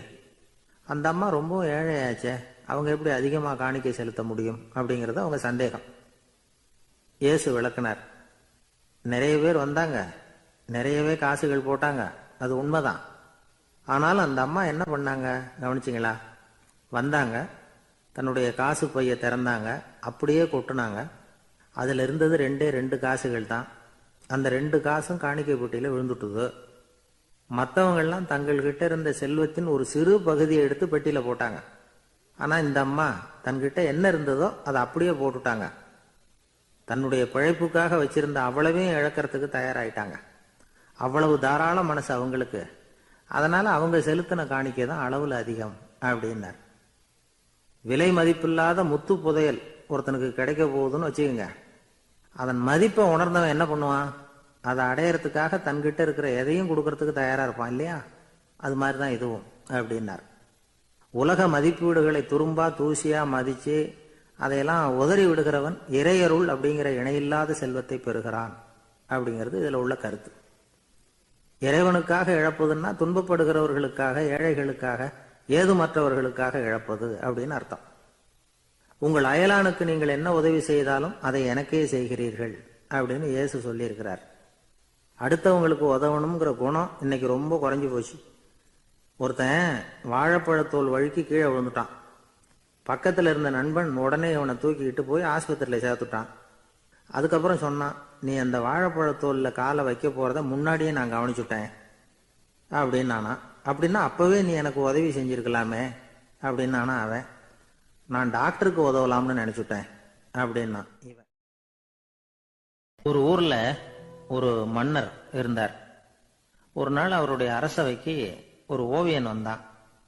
அவன் சீனா தேசத்திலிருந்து வந்தவன், தாவோ சிந்தனையாளன். அவன் அங்கே வந்து மன்னர் முன்னாடி நிற்கிறான். யாரும் செய்ய முடியாத ஒரு காரியத்தை என்னால் செய்ய முடியும்னா. இவன் இப்படி சொன்னதை கேட்டதும் ஏற்கனவே அங்கே இருந்த அரசவை ஓவியன் ஒருத்தனுக்கு கோபம் வந்துட்டுது. இதோ பாரு, இப்படிலாம் பேசக்கூடாது, நான் வேணும்னா உன்னுடைய சவாலை ஏற்றுக்கிறேன் அப்படின்னா.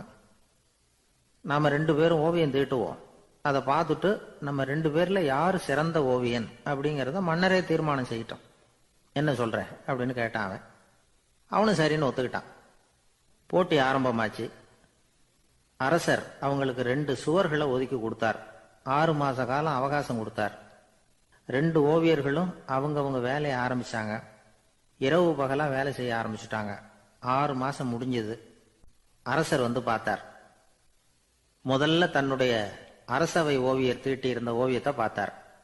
ரொம்ப பிரமாதமா இருந்தது, பாராட்டினார். இதோ பாரு, உன்னுடைய ஓவியம் அற்புதமா இருக்கு, உயிரோட்டம் உள்ளதா இருக்குது, கலையின் உச்சமே இதுதான், இதை விட சிறந்த ஒரு ஓவியத்தை வேற யாராலையும் படைக்க முடியாது அப்படின்னார். அதுக்கப்புறம் அந்த சீன ஓவியன் கிட்ட போனார். எங்க உன்னுடைய ஓவியம்னு கேட்டார். திரைச்சீலையை விலக்கி விட்டு பாருங்கன்னா மன்னர் வந்து அந்த திரைச்சீலையை விளக்குனார். உள்ள வந்து ஓவியம் இருக்க வேண்டிய இடம் கண்ணாடி மாதிரி தெரிஞ்சுது. அவன் அந்த 6 மாச காலமா அந்த சுவரை வந்து தேய்ச்சி தேய்ச்சி கண்ணாடி மாதிரி ஆக்கி வச்சிருக்கிறான். அதுக்கு நேரா எதிர் சுவர்ல அரசவை ஓவியம் தீட்டின ஓவியம் இருக்கு. அது எதிரில் இருந்த இந்த கண்ணாடியில பட்டு பிரதிபலிக்குது. மன்னர் யோசனை பண்ண ஆரம்பிச்சார். அப்புறம் அந்த சீன ஓவியனை பார்த்து கேட்டார், இதோ பாரு, நீ என்னுடைய ஆளை வந்து தோற்கடிச்சுட்ட அப்படிங்கறதுல சந்தேகம் இல்லை, ஆனாலும் எங்களை ஏமாத்தி இருக்கிற, எந்த ஓவியமும் நீ வரையலையே அப்படின்னார். அரசே, இதுதான் உண்மையான ஓவியம், உயிருள்ள ஓவியம். இது வந்து மனோபாவங்களை பிரதிபலிக்கும், மாறுகின்ற காலங்களை அப்படியே காட்டும் அப்படின்னா அந்த சீன ஓவியன். கையால வரைகிற ஓவியங்கள்ல சலனம் இல்லை, கண்ணாடி அப்படி கிடையாது, சக்தியின் ஓட்டம் அதுல எப்பவும் இருந்துகிட்டே இருக்கும், கண்ணாடி மட்டுமே ஜீவன் உள்ள ஓவியமா இருக்க முடியுங்கிறத அந்த சீன ஓவியன் தெரிஞ்சு வச்சிருந்தான். ஏன்னா அவன் ஒரு தாவோ சிந்தனையாளன். ஒவ்வொரு குழந்தையும் இந்த கண்ணாடியோட தான் பிறக்குது. ஆனா நாம என்ன செய்யறோம்னா ஓவியங்களை கண்ணாடி மீது பதிப்பிச்சு விடுறோம். கண்ணாடி நம்மளை பிரதிபலிக்குது. நம்முடைய அழகோ அவலட்சணமோ கண்ணாடியை பாதிக்கிறது இல்லை. ஏன்னா அதுக்கு மனம் கிடையாது. கடந்து போன வினாடியை பத்தி அது சிந்திக்கிறது இல்லை. அடுத்த கணத்தை பத்தின எதிர்பார்ப்பும் அதுகிட்ட கிடையாது. அதுதான் பற்றற்ற நிலை. மனிதனுக்கு தேவைப்படுறது அதுதான். கண்ணாடி கிட்ட இருந்து நாம வந்து கற்றுக்கொள்ள வேண்டிய பாடம் இது. வாழ்க்கையில வந்து மனிதர்களை நேசிக்கலாம், உலகின் அழகையெல்லாம் பிரதிபலிக்கலாம், ஆனா எதையும் பற்றி கொண்டு விடக்கூடாது அப்படிங்கிறது பெரியவர்கள் அறிவுரை. துயரம்ங்கிறது பற்றுக்களின் சாயை. கண்ணாடி முன்னாடி நிக்கிறப்போவெல்லாம் நமக்கு இந்த ஞாபகம் வரணுமா. ஒரு குடும்ப தலைவர் ஒரு நாள் காலையில விடிஞ்சு எழுந்திரிச்சதும் சத்தம் போட்டார். யார் இந்த கருங்குரங்கு படத்தை என் ரூம்ல கொண்டாந்து மாட்டி வச்சது அப்படின்னு கத்தினார். சமையல் கட்டில இருந்து மனைவி பதில் சொன்னாங்க, தூக்க கலக்கத்துல உளராதீங்க, நல்லா பாருங்க, அது படம் கிடையாது, முகம் பார்க்கிற கண்ணாடி அப்படின்னாங்க. துஷ்டரை கண்டால் தூர விலகு, இப்படி ஒரு பழமொழி உண்டு. எதுக்காக இப்படி சொல்லி வச்சாங்க? துஷ்டன் ஏதாவது தொந்தரவு கொடுப்பான், அதனால அவனை கண்டா பயந்துகிட்டு ஓடி ஒளிஞ்சுக்கோ அப்படின்னா இதுக்கு அர்த்தம் அப்படி இல்லை.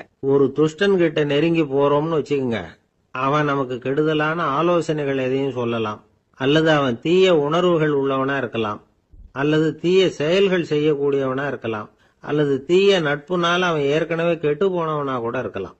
இப்படிப்பட்டவனை நெருங்கி போனா அவனோட பாதிப்பு நமக்கும் வந்துடும். அதனால விலகி போ அப்படின்னு சொல்றாங்க. இதையே கொஞ்சம் விவரமா இப்ப பாப்போமே. இப்ப இந்த துஷ்டர்களை வந்து 4 வகையா பிரிக்கிறாங்க.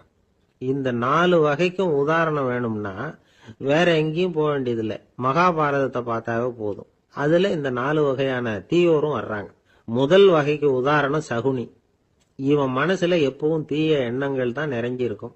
கனவுல கூட தீய ஆலோசனைகள். யாராவது ஒருத்தர் நல்லபடியா வாழ்ந்தா அதை இவனால சகிச்சுக்க முடியாது. இப்படிப்பட்டவனோட நெருங்கிய தொடர்பு துரியோதனனுக்கு கிடைச்சது. துரியோதனன் எப்படின்னா அவன் ஏற்கனவே தீய காரியங்கள் செய்யறதுக்கு தயங்காதவன். அப்படிப்பட்டவனுக்கு தீய போதனைகள் செய்யறதுக்கு சகுனி உதவுனா. இந்த 2 பேரோட சகவாசம் இன்னொருத்தனுக்கு கிடைச்சது. அவன் யாருன்னா துச்சாதனன். அவன் தீய நடத்தை உள்ளவன். இந்த 3 பேரும் ஒண்ணு சேர்ந்தா என்னத்துக்கு ஆகும்? உலகமே கெட்டு போடும்ல. இந்த 3 துஷ்டர்களோட நல்லவன் ஒருத்தன் வந்து சேர்ந்தான். அவன் தான் கர்ணன். கர்ணன் வந்து இயல்பாவே உத்தம குணம் உள்ளவன். அவன் நல்லவங்களோட சேராம இப்படிப்பட்ட கெட்டவங்க கிட்ட வந்து நட்பு வச்சுக்கிட்டான். அதனால அவனும் தீய செயல்கள்ல ஈடுபடுறது மாதிரி ஆயிடுது. துரியோதனனுடைய நண்பனா அவனுடைய ஆதரவுல வளர்ந்ததுனால அவனுக்கு துணையா இருக்க வேண்டி இருக்குது அப்படின்னா. நட்பு உரிமையினால உதவி புரிய வேண்டியது சரிதான், அது தப்புன்னு சொல்ல முடியாது. இருந்தாலும் தீய செயல்களுக்கு உதவி செய்யறது சரியில்லை.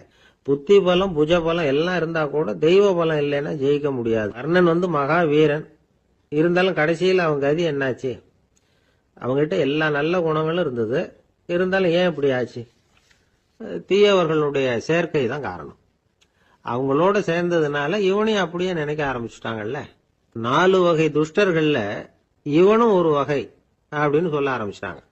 அதாவது தீய ஆலோசனைக்கு சகுனி, தீய உணர்வுகளுக்கு துரியோதனன், தீய செய்கைக்கு துச்சாதனன், தீய நட்புக்கு கர்ணன். இப்படி உதாரணமாயிட்டான். அதனாலதான் துஷ்டரை கண்டால் தூர விலகு அப்படின்னு சொன்னாங்க. அது புராண காலம். இப்பெல்லாம் நிலைமை கொஞ்சம் வேற விதமா இருக்குது. அன்னைக்கு ஒரு நாள் அப்படிதான் ஒரு காட்டு பாதையில யாரோ ஒருத்தர் அடிபட்டு கிடந்தார். யாரோ ஒரு துஷ்டன் அவனை அடிச்சு போட்டுட்டு போயிட்டான் போல இருக்கு. அந்த வழியா போன ஒருத்தர் பரிதாபப்பட்டு அவனை போய் தூக்குனார், ஆறுதல் சொன்னார். இத பாருங்க, இந்த வழியா எப்பவும் தனியா வரக்கூடாது. ஏன்னா இங்க ஒரு ரவுடி இருந்துகிட்டு வர்றவங்க போறவங்களெல்லாம் வழிப்பறி பண்ணிட்டு இருக்கிறதா கேள்விப்பட்டிருக்கிறேன் அப்படின்னாராம். இனிமே அப்படி கேள்விப்பட மாட்டீங்க அப்படின்னு அந்த ஆளு. ஏன்னு கேட்டிருக்காரு இவர். அவன் சொல்லியிருக்கான், நான் தான் சார் அந்த ரவுடி, இந்த வழியா போனவங்க கிட்ட தகராறு பண்ணேன், அவங்க தான் என்ன இப்படி அடிச்சு போட்டு என்கிட்ட இருந்த பணத்தை எல்லாம் புடுங்கிட்டு போட்டாங்க சார், காலம் ரொம்ப கெட்டு போச்சு அப்படின்னு நானா ரொம்ப பரிதா. ஒரு சராசரி மனிதனுடைய இயல்பு என்ன? இன்பம் வந்தா துள்ளி குதிப்பான், துன்பம் வந்தா சோர்ந்து போய் ஒரு மூலையில உட்காந்துருவான். இவன் தான் சராசரி மனிதன். ஆனா ஒருத்தன் இன்பம் வந்தா அதுக்காக மகிழ்ச்சி அடையறது இல்ல, துன்பம் வந்தா அதுக்காக சோர்ந்து போறதில்ல அப்படின்னு வச்சுக்கோங்க. அப்படி இருந்தா அவன் சாதாரண ஆள் கிடையாது. ஒரு ஊர்ல ஒரு ஞானி இருந்தார். அவரை தேடிட்டு ஒரு பெரியவர் வந்தார். ஐயா, ஞானத்துல சிறந்த ஞானம் எது அப்படின்னு கேட்டாராம். இதுக்கு அந்த ஞானி என்ன பதில் சொன்னார் தெரியுமா? இன்பத்தினால மகிழ்ச்சி அடையாமலும் துன்பத்தினால சோர்வு அடையாமலும் இருக்கிறது தான் அந்த ஞானம், பெரிய ஞானம் அப்படின்னாராம். சரி சுவாமி, அப்படிப்பட்ட ஞானம் உங்களுக்கு எப்படி வந்ததுன்னு கேட்டிருக்காரு இவரு. அதை நான் ஒரு கழுதைகிட்ட இருந்து கத்துக்கிட்டேன் அப்படின்னாராம் அவரு. இவருக்கு ஒன்றும் புரியல, ஒரு மாதிரியா முழிச்சிருக்கிறார். இதை அவர் புரிஞ்சுக்கிட்டார். நீங்க நாளைக்கு காலையில நம்முடைய ஆசிரமத்துக்கு வாங்க, புரிய வைக்கிறேன்னாராம். சரின்னு அவர் போயிட்டார். மறுநாள் காலையில ஆசிரமத்துக்கு சேர்ந்தார். ஞானி அவரை கூப்பிட்டு உட்கார வச்சார். வாங்க, இப்படி உட்காருங்க, கொஞ்ச நேரத்துல இந்த வழியா ஒரு கழுதை போகும், அதை கவனிச்சு பாருங்கன்னாராம். இவருக்கு இன்னமும் ஒன்றும் புரியாம போச்சு, ஒரே குழப்பம். இருந்தாலும் அந்த ஞானி சொன்னது மாதிரியே உட்கார்ந்துருக்கிறார். கொஞ்ச நேரத்துல இந்த வழியா ஒரு கழுதை போச்சு. அது முதுக நிறைய அழுக்கு மூட்டைகள், அதை சுமந்துக்கிட்டு போகுது. ஒரு செலவு தொழிலாளி அதை ஓட்டிட்டு போறார். கொஞ்சம் தூரத்துல ஒரு ஆறு இருக்கு, அங்க போய் துணியெல்லாம் சுத்தப்படுத்திக்கிட்டு சாயந்தரமா திரும்பி இந்த வழியாவே வருவாங்க. ஞானி சொன்னது மாதிரியே இந்த பெரியவர் அழுக்கு மூட்டையை சுமந்துக்கிட்டு போற அந்த கழுதையை கவனிச்சார். கழுதை போயிட்டுது. அதுக்கப்புறம் ஞானியை திரும்பி பார்த்தார். இப்ப அந்த ஞானி சொன்னார், சாயந்தரம் வரைக்கும் நீங்க இங்கேயே இருக்கணும்னார். அதே மாதிரி இவர் இருந்தார். சாயந்தரமா அந்த ஞானி சொன்னார், ஐயா, இப்ப கொஞ்ச நேரத்துல அந்த கழுதை இந்த வழியா திரும்பி வரும், அதையும் கவனிச்சு பாருங்கன்னார். இவரும் கவனிச்சு பாக்குறார். கழுதை வந்தது. அது முதுகுல சலவை செய்யப்பட்ட துணி மூட்டை, அது பாட்டுக்கு சுமந்துக்கிட்டு போய்கிட்டு இருக்குது. பெரியவருக்கு ஒன்றும் புரியல, பொறுமை இழந்துட்டார். சரி சுவாமி, இந்த கழுதைக்கும் உங்க ஞானத்துக்கும் என்ன சம்பந்தம் அப்படின்னார். இப்ப அந்த ஞானி விளக்கினார். ஐயா, இந்த கழுதை இதே மாதிரி தினமும் காலையில அழுக்கு மூட்டைகளை சுமந்துக்கிட்டு ஆத்துக்கு போகுது, மாலையில வெண்மையான சுத்தமான துணிகளை சுமந்துக்கிட்டு திரும்பி ஊருக்கு போகுது.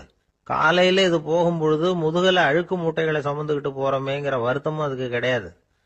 சாயந்தரம் திரும்பி வரும்பொழுது சுத்தமான துணிகளை சுமந்துக்கிட்டு வர்றோமேங்கிற மகிழ்ச்சியும் அதுக்கு இல்லை. இதை பார்த்துதான் நானும் அது மாதிரி ஞானத்தை கத்துக்கிட்டேன் அப்படின்னாராம். அதனால யாரு கத்து கொடுக்கறாங்க அப்படிங்கறத விட எதை கத்துக்கிறோம் அப்படிங்கறது தான் முக்கியம். ஒரு சினிமா பாக்குறோம், ஒரு அருவி கொட்டுறது மாதிரி காட்சி வருது, தண்ணீர் வழியுது. படம் முடிஞ்சதும் பாத்தீங்கன்னா அந்த திரை என்ன நனைஞ்சு போயா இருக்கும். ஒரு தீப்பிடிச்சு எரியிற காட்சியை சினிமாவில் பாக்குறீங்க, காட்சி முடிஞ்சதும் அந்த வெண் திரையே கருகி போயா இருக்கும். படத்துல வர்ற தண்ணீரும் நெருப்பும் அந்த திரையை பாதிக்கிறது இல்ல. நாம அந்த திரை மாதிரி இருக்கிறதுக்கு கத்துக்கணுமா. அந்த பக்குவம் வந்துட்டதுன்னா இன்பமும் துன்பமும் நம்ம எதுவும் செய்யாது. ஒரு சினிமாவை பாக்குற வரைக்கும் சிரிக்கலாம், அழலாம். பார்த்துட்டு வெளியில வரும்பொழுது அழுதுகிட்டே வரக்கூடாது. ஒருத்தர் வந்தார், அப்படி படம் முடிஞ்சு வெளியில வரும்பொழுது அருவி மாதிரி கண்ணீர் சிந்திக்கிட்டே வர்றார். ஏன் சார் படம் அவ்வளவு சோகமா அப்படின்னு கேட்டார். இன்னொருத்தர், இல்ல சார், கூட்டம் ரொம்ப குறைச்சல் சார், மொத்தம் படம் பார்க்க வந்தவங்களே 15 பேர் தான் சார் அப்படின்னார் கண்ணீரை தொடச்சிக்கிட்டே. அதுக்கு நீங்க ஏன் சார் அழறீங்கன்னு கேட்டார் அவரு. இந்த படத்தோட தயாரிப்பாளரே நான் தான் சார் அப்படின்னாரா இவர். ஒரு அப்பாவுக்கு 2 பிள்ளைங்க. மூத்தவன் ரொம்ப அடக்கம். அப்பா எது சொன்னாலும் கேட்பான், பெரியவங்களுக்கு கீழ்ப்படிஞ்சு நடப்பான். இளையவன் அப்படி இல்லை, தான் நினைச்சதை தான் சொல்லுவான் செய்வான். அடுத்தவங்க சொல்றதை கேட்க மாட்டான், அடங்கி நடக்க மாட்டான். இந்த 2 பேர்ல யாரை உங்களுக்கு பிடிக்கும்? பெரியவனை தான் பிடிக்கும். ஏன்னா அவன் தான் சொல்ற பேச்சை கேட்கறவன் அப்படின்னு சொல்லுவீங்க. ஆனா ஒரு ஞானி என்ன சொல்றாரு தெரியுமா? ஒரு குழந்தை அதன் அறிவுக்காக மதிக்கப்பட வேண்டுமே தவிர அதனுடைய கீழ்ப்படியும் தன்மைக்காக அல்ல அப்படிங்கிறார். நம்ம குழந்தைகளை சுயமா சிந்திக்கிறதுக்கு நாம விடுறதில்லை, மற்றவங்களை பார்த்து காப்பி அடிக்கிறதுக்கு தான் நாம அவங்களுக்கு கற்றுக் கொடுக்குறோம். புகழ்பெற்ற மனிதர்கள் சிலருடைய பேரை சொல்லி நீயும் அவர் மாதிரி ஆகணும், இவர் மாதிரி ஆகணும் அப்படின்னு சொல்லிட்டே இருக்கிறோம். குழந்தைகள் தங்களுடைய தனித்தன்மையை வளர்த்துக்கிறதுக்கு நாம தடையா இருக்கிறோம். ஒரு குழந்தைகிட்ட அனாவசியமா நம்பிக்கையை வளர்த்துடக்கூடாது, எந்த கோட்பாட்டையும் திணிக்கக்கூடாது. நாம ஏற்கனவே அர்த்தமில்லாத கருத்துக்களையும் கொள்கைகளையும் மனசுல போட்டு நிரப்பி வச்சிருக்கிறோம். இந்த உலகத்துக்கு புதுசா சேர்ந்திருக்கிற ஒரு குழந்தையின் தூய்மையான மனசுல நம்ம கருத்துக்களை அறிமுகம் செய்ய அல்லது திணிக்கிறதுக்கு நமக்கு எந்த அதிகாரமும் கிடையாது. ஒரு குழந்தைய நீ இந்த மதத்தை சேர்ந்தவன் அப்படின்னு பிறந்ததுமே ஒரு முத்திரை குத்தி போடுறோம். இது அதோட சுதந்திரத்தை ஆரம்பத்திலேயே கிள்ளி எறியறது மாதிரி தான். நீங்க ஒரு மதத்தின் வழிமுறைகளை கடைபிடிச்சிட்டு வர்றீங்க, அந்த வழியில போய்கிட்டு இருக்கிறீங்க, சரி, அதனால போறீங்க. அதுக்காக உங்க குழந்தையையும் அதே வழியில தான் வரணும் அப்படின்னு கட்டாயப்படுத்துறதுக்கு உங்களுக்கு என்ன உரிமை இருக்குது? அந்த குழந்தை சுயமா சிந்திச்சு ஒரு முடிவுக்கு வரட்டுமே, அதுக்கு நீங்க ஏன் தடையா இருக்கிறீங்க? நமக்கு உண்மையிலேயே நம்ம குழந்தை மேல அன்பு இருந்தா இது மாதிரி திணிப்பு வேலைகளை செய்யக்கூடாது. திணிப்பு வேலைகள்ல இருந்து குழந்தைகளை காப்பாத்தினா போதும், அதுதான் ரொம்ப முக்கியம். அடுத்த தலைமுறை அற்புதமான தலைமுறையா உருவாகும். நாம தான் சாதி மத சங்கடங்கள்ல மாட்டிக்கிட்டு தவிக்கிறோம். அவங்களாவது சாதி மத வேறுபாடு இல்லாத சமுதாயத்தை பார்க்கட்டுமே, அந்த சௌகரியங்களை அனுபவிக்கட்டுமே. அதுக்கு நாம என்ன செய்யணும்னா ஒன்னும் செய்யாம இருந்தா போதும். ஒரு குழந்தைகிட்ட நம்ம கருத்தை திணிக்கும் பொழுது என்ன ஆகுது தெரியுமா? அது அவனை அவங்கிட்ட இருந்தே அப்புறப்படுத்தி விடுது, அவனுடைய தனித்தன்மையை அழிச்சுடுது, அவனை ஒரு எல்லைக்குள்ள திணிச்சுடுது. இதெல்லாம் அன்புங்கிற பேரால பெற்றோர்கள் செய்யற தப்பு. இதெல்லாம் கேட்டுக்கிட்டு இந்த காலத்துல அப்பா ஒருத்தர் சொன்னார், நான் கருத்துக்களை எல்லாம் என் பையன்கிட்ட திணிக்கிறது இல்லைங்க, ஆனா அதிகமா சாப்பிட சொல்லி கட்டாயப்படுத்துவேன் அப்படின்னார். உங்க வீட்டு சமையல் அவ்வளவு நல்லா இருக்குமான்னு கேட்டாங்க. நல்லா இருந்தா நான் ஏன் அவனை சாப்பிட சொல்லி கட்டாயப்படுத்த போறேன் அப்படி. ஒரு நீதிமன்றம், அங்க ஒரு கொலை வழக்கு சம்பந்தமா விசாரணை நடந்துகிட்டு இருக்குது. அந்த வழக்கறிஞர் ரொம்ப தீவிரமா வாதாடிட்டு இருக்கிறார். தன்னுடைய கட்சிக்காரர் நிரபராதிங்கிறது அவருக்கு நல்லா தெரியும். அதனாலதான் அவர் சார்பா வாதாடுறதுக்கே ஒத்துக்கிட்டார். அப்படி அவர் மும்முரமா வாதாடிக்கிட்டு இருக்கிற சமயத்துல அவசரமா தந்தி ஒண்ணு சேர்ந்தது. அதை வாங்கி படிச்சு பார்த்தார். அதுக்கப்புறம் அதை மடிச்சு தன்னுடைய கோட்டு பையில வச்சுக்கிட்டு தொடர்ந்து வாதாட ஆரம்பிச்சிட்டார். பேசி முடிச்சாரு. அதுக்கப்புறம் அங்க கோர்ட்ல இருந்த சக வக்கீல்கள் அவர்கிட்ட வந்தாங்க. தந்தி ஒண்ணு வந்ததே, என்ன விஷயம் அப்படின்னு விசாரிச்சாங்களாம்.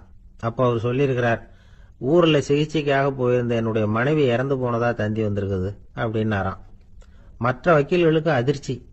என்னங்க இது, மனைவி இறந்ததை விட கேஸ் முக்கியமா உங்களுக்கு அப்படின்னு கேட்டிருக்கிறாங்க. இறந்து போன என் மனைவி மறுபடியும் திரும்பி வர போறதில்ல, ஆனா என்னுடைய கட்சிக்காரர் ஒரு கொலை வழக்குல மாட்டிக்கிட்டார், அவரோ நிரபராதி, அவர் உசுரை நான் காப்பாற்ற வேணாமா, இதுதான் என்னுடைய கடமை அப்படின்னாராம். இப்படி இவர் சொன்னதும் எல்லாரும் அப்படியே திகைச்சு போய் நின்னுட்டாங்களாம். சரி, கடமைக்கு முக்கியத்துவம் கொடுத்த அந்த வழக்கறிஞர் யார் தெரியுமா? அவர் தான் இரும்பு மனிதர் சர்தார் வல்லபாய் பட்டேல். குஜராத் மாநிலத்தில் 1875 அக்டோபர் 31 அன்றைக்கு ஜாவேரி பாய் அப்படிங்கிறவருக்கு 4வது பிள்ளையா அவர் பிறந்தாராம். இந்த ஜாவேரி பாய் யார் தெரியுமா? ஜான்சி ராணி லட்சுமி பாய் போர் படையில ஒரு வீரரா பணிபுரிஞ்சவர். இளம் வயசுல வல்லபாய் படேல் ரொம்ப சிரமப்பட்டு படிச்சிருக்கார். விடாமுயற்சி வெற்றியை கொடுத்தது. கல்லூரியிலையும் காலடி வச்சார். அதுக்கப்புறம் வக்கீல் பட்டத்தையும் வாங்கினார். பிரிட்டிஷ் ஆட்சி நடந்துகிட்டு இருந்த சமயம் குஜராத்தை சேர்ந்த பர்டோலி தாலுகாவில் விவசாயிகள் மேல அரசாங்கம் திடீர்னு நிலவரிய வசதி விட்டுதான். ஏழை விவசாயிகள் ரொம்ப கஷ்டப்பட்டிருக்காங்க. அரசாங்கம் வரி செலுத்தாத விவசாயிகளின் நிலங்களை எல்லாம் ஜப்தி செஞ்சுதான். அரசாங்கத்தை எதிர்க்கிறவங்களை எல்லாம் கைது பண்ணி சிறையில அடைச்சுட்டாங்களாம். சில பேர் வீடு வாசல் ஆடு மாட்டையெல்லாம் வித்து கூட வரி கட்ட வேண்டிய நிலைமைக்கு ஆளாயிட்டாங்க. வழக்கறிஞர் வல்லபாய் படேல் நில வரியை உடனே ரத்து பண்ணணும் அப்படின்னு பம்பாய் கவர்னருக்கு ஒரு கடிதம் எழுதினார். எந்த பலனும் இல்லை. உடனே எல்லா விவசாயிகளையும் அணி திரட்டினார். அதுக்கு தானே தலைமை தாங்கினார். சத்தியாகிரகம் நடத்தினார். அந்த பகுதியில் எந்த வேலையும் நடக்கல. வேற வழி இல்லை. ஆட்சியாளர்கள் உடனே வரியை ரத்து பண்ணாங்க. சிறையில் இருந்தவங்களெல்லாம் வெளில விட்டாங்க. 1928 ஆகஸ்ட் 6 சர்க்காருக்கும் விவசாயிகளுக்கும் இடையில ஒரு உடன்பாடு ஏற்பட்டது. அதுக்கப்புறம் தான் நிலைமை சரியா போச்சான். வல்லபாய் படேலின் பொது சேவையை பாராட்டின பொதுமக்கள் அவருக்கு சர்தார் அப்படிங்கிற பட்டத்தை கொடுத்தாங்களாம். சர்தார்னா தலைவர் அல்லது தளபதினு அர்த்தம். இரும்பு மனிதர்னு இவருக்கு பேர். இருந்தாலும் நகைச்சுவை உணர்வும் இவருக்கு நிறைய உண்டு. ஒரு தடவை ஒரு பத்திரிகை நிருபர் வந்திருக்கார். சர்தார் பட்டேல் கிட்ட அவருக்கு பிடிச்ச பண்பாடு கலாச்சாரம் எது அப்படின்னு கேட்கணும்னு ஆசை. அதனால அவரை பார்த்து கேட்டாராம், ஏங்க உங்களுக்கு பிடிச்ச கல்ச்சர் எது அப்படின்னு கேட்டிருக்கார். இதுக்கு சர்தார் பட்டேல் சொன்ன பதில் என்ன தெரியுமா? எனக்கு பிடிச்ச கல்ச்சர் அக்ரிகல்ச்சர் அப்படின்னு. ஒருத்தர் குதிரை ரேஸுக்கு போனார். பணம் கட்டினார், தோத்து போயிட்டார். மறுபடியும் போனார், பணம் கட்டினார், தோத்து போனார். அடுத்த தடவையும் பணம் கட்ட போனப்போ அவரை தடுத்து கேட்டோம், ஏன் சார் ஏற்கனவே விட்டது போதாதா, இன்னமும் இருக்கிறத விடணுமா அப்படின்னு கேட்டோம். விட்டதையெல்லாம் மொத்தமா எடுக்க வேணாமா சார், அதுக்காக தான் தொடர்ந்து பணம் கட்டுறேன்னார் அவரு. இவரை திருத்துறது ரொம்ப கஷ்டம். இது ஒரு மனநோய். மனநோய்கள்ல பல வகை உண்டு. மனநோய்கள் பிரிவு அட்டவணையில சூதாட்டம்ங்கிறது அவதி வரும் நோய் அப்படிங்கிற தலைப்புல வருது. சூதாட்டம் 2 வகைப்படும்னு சொல்றாங்க உளவியல் நிபுணர்கள். ஒரு வகை எப்படின்னா, நண்பர்களோட சேர்ந்துகிட்டு மகிழ்ச்சியும் கிளர்ச்சியும் அடையறதுக்காக ஈடுபடுறது. பிரச்சனைகளை தீர்க்கறதுல ஒரு ஆர்வம், கேளிக்கைக்காக கொஞ்சம் விட்டு பிடிக்கிறது அப்படிங்கிற மனுஷனுடைய அடி மனசுல உள்ள விபரீத பிணைய சுபாவம், இதெல்லாம் அதுக்கு காரணம். இன்னொரு வகை எப்படின்னா, சூதாட்டத்துல ஈடுபட்டு ஒரு கட்டாய நிலைமைக்கு ஆளாயிடுறது. ஈடுபடு அப்படின்னு மனசு ஒரு வெறித்தன்மையை தூண்டிக்கிட்டே இருக்கும். இப்படிப்பட்டவங்களுக்கு நாம தோத்துக்கிட்டு இருக்கோம்ங்கிறது தெரியும், நாம ஜெயிக்கிறதுக்கான சந்தர்ப்பம் இல்லைங்கிறதும் தெரியும். இதனால நமக்கும் கஷ்டம், நம்ம சுத்தி இருக்கிறவங்களுக்கும் கஷ்டங்கிறதும் புரியும். அப்படி இருந்தும் சூதாடுவாங்க. இதுக்கு காரணம் சூதாடியின் பகற்கனவு அப்படிங்கிறாங்க நிபுணர்கள். இந்த நிலைமைக்கு கட்டாய சூதாட்டம் அல்லது நிர்பந்த சூதாட்டம் அப்படின்னு பேர் வச்சிருக்கிறாங்க. இப்படிப்பட்ட ஆசாமி இருக்கிறது பூரா விட்டுருவான், கடன் வாங்குவான், திருடுவான். இருந்தாலும் என்னைக்காவது ஒரு நாள் ஜெயிச்சிருவேன் அப்படின்னு சொல்லிக்கிட்டே இருப்பான். விட்டதை எடுத்துருவேங்கிற ஒரு நம்பிக்கை சுடர் அவனுக்குள்ள எரிஞ்சுக்கிட்டே இருக்கும். இவனை மனநோயாளி அப்படின்னு சொல்லிட முடியாதான். என்ன காரணம்னா, இது மாதிரி ஆளுங்க கிட்ட மன போராட்டமோ கவலையோ பதட்டமோ இருக்கிறது இல்ல. சில விசேஷமான குணங்கள் இவங்க கிட்ட உண்டு. எதிர்ப்பு உணர்ச்சி, சிறுபிள்ளைத்தனம், சட்ட திட்டங்களையும் சம்பிரதாயங்களையும் உட தெரியாத மனப்போக்கு, பொறுப்பில்லாத தன்மை, நெறிதவறி நடக்கிறது எல்லாம் இவங்க கிட்ட உண்டு. ஆனா வெளிப்பார்வைக்கு ரொம்ப சிநேகமா இருப்பாங்க, அன்பா இருப்பாங்க. அப்படி இருக்கிறதாக காட்டிக்குவாங்க. ஆதாயம், சுயலாபம் இதெல்லாம் கருதி தான் பழகுவாங்க. இவங்க கேட்கறப்ப நாம பணம் கொடுக்கலன்னு வச்சுக்கோங்க, நம்மளை கை விட்டுருவாங்க. நம்ம மேல அவாண்டமா பழி சுமத்துறது கூட தயங்க மாட்டாங்க. தங்களுடைய சூதாட்ட நடவடிக்கைகளுக்கு சாதகமான காரணங்களை சொல்லிட்டு இருப்பாங்க. நீ வேணும்னா பாரு, ஒரே நாள்ல நான் இழந்ததையெல்லாம் மீட்டு லட்சாதிபதி ஆறனா இல்லையா பாரு அப்படிம்பாங்க. தோத்து போறத ஒரு படிப்பினையா இவங்க எடுத்துக்கிறதே இல்லை. தோத்து போறதுலேயே இவங்களுக்கு ஒரு அலாதியான சுகம். தனக்குத்தானே துன்பத்தை வரவழைச்சுக்கிட்டு இன்பம் அடையறதுக்கு தன்வதை சுகம் அப்படின்னு பேர். இவங்கெல்லாம் அந்த ரகம். சில பேர் எப்படி தெரியுமா, மந்திர எண்ணங்களை வரவழைச்சிக்கிறது, சூதாடுறதுக்காக ஆபீஸ்ல கையாடல் பண்றது, அடுத்தவங்க கிட்ட இருந்து திருடுறது. இந்த மந்திர எண்ணம் தீவிரமாச்சுன்னா ஒரு மாதிரியா பேச ஆரம்பிச்சிருவாங்க. தோல்விதான் சார் வெற்றிக்கு முதல் படியும்பாங்க.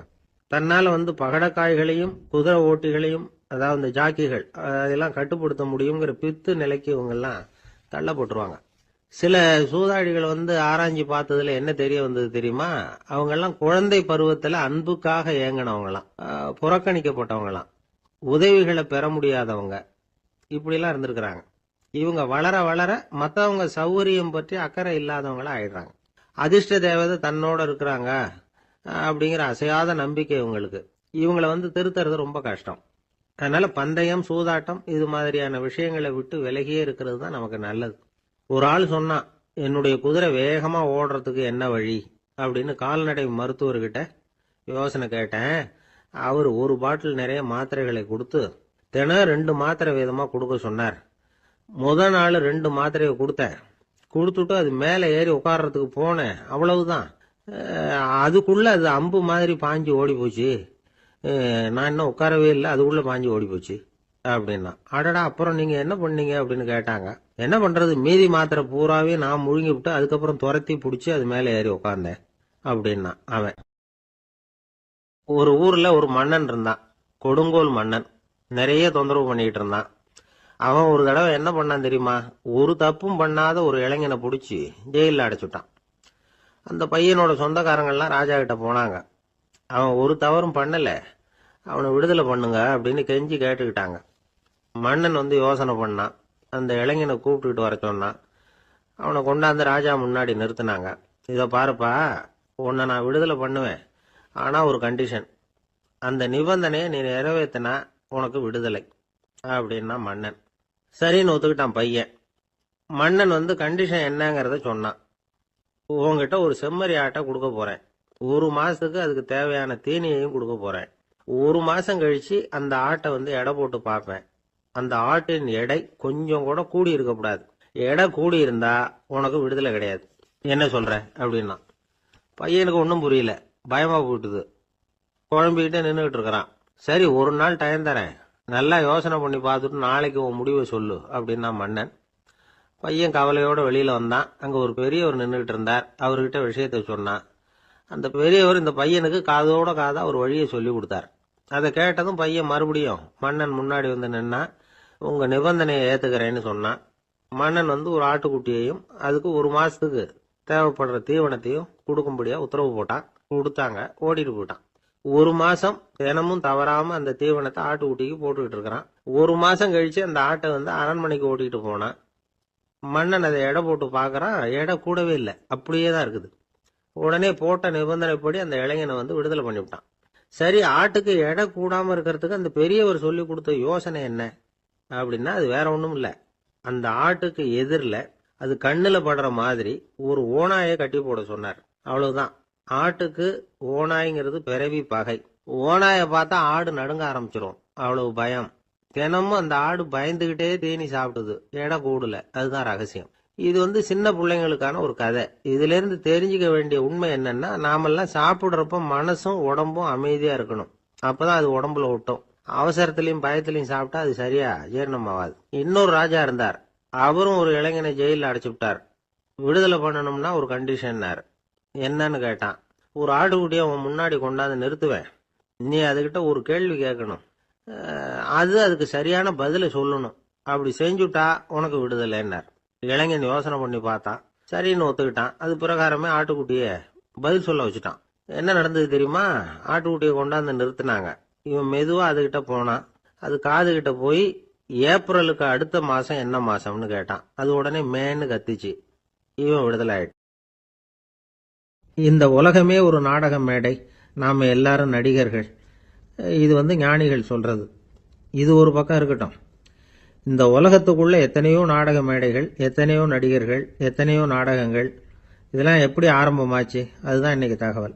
அதாவது ஆதி மனிதன் பேச ஆரம்பிக்கிறதுக்கு முன்னாடி சைகையாலேயே எல்லாத்தையும் சொல்லிட்டு இருந்தான். அதனால அப்பவே நடிப்பு ஆரம்பமாயிட்டுது. முதல்ல ஒரு வேட்டையத்தான் அவன் நடிச்சு காட்டியிருப்பான்.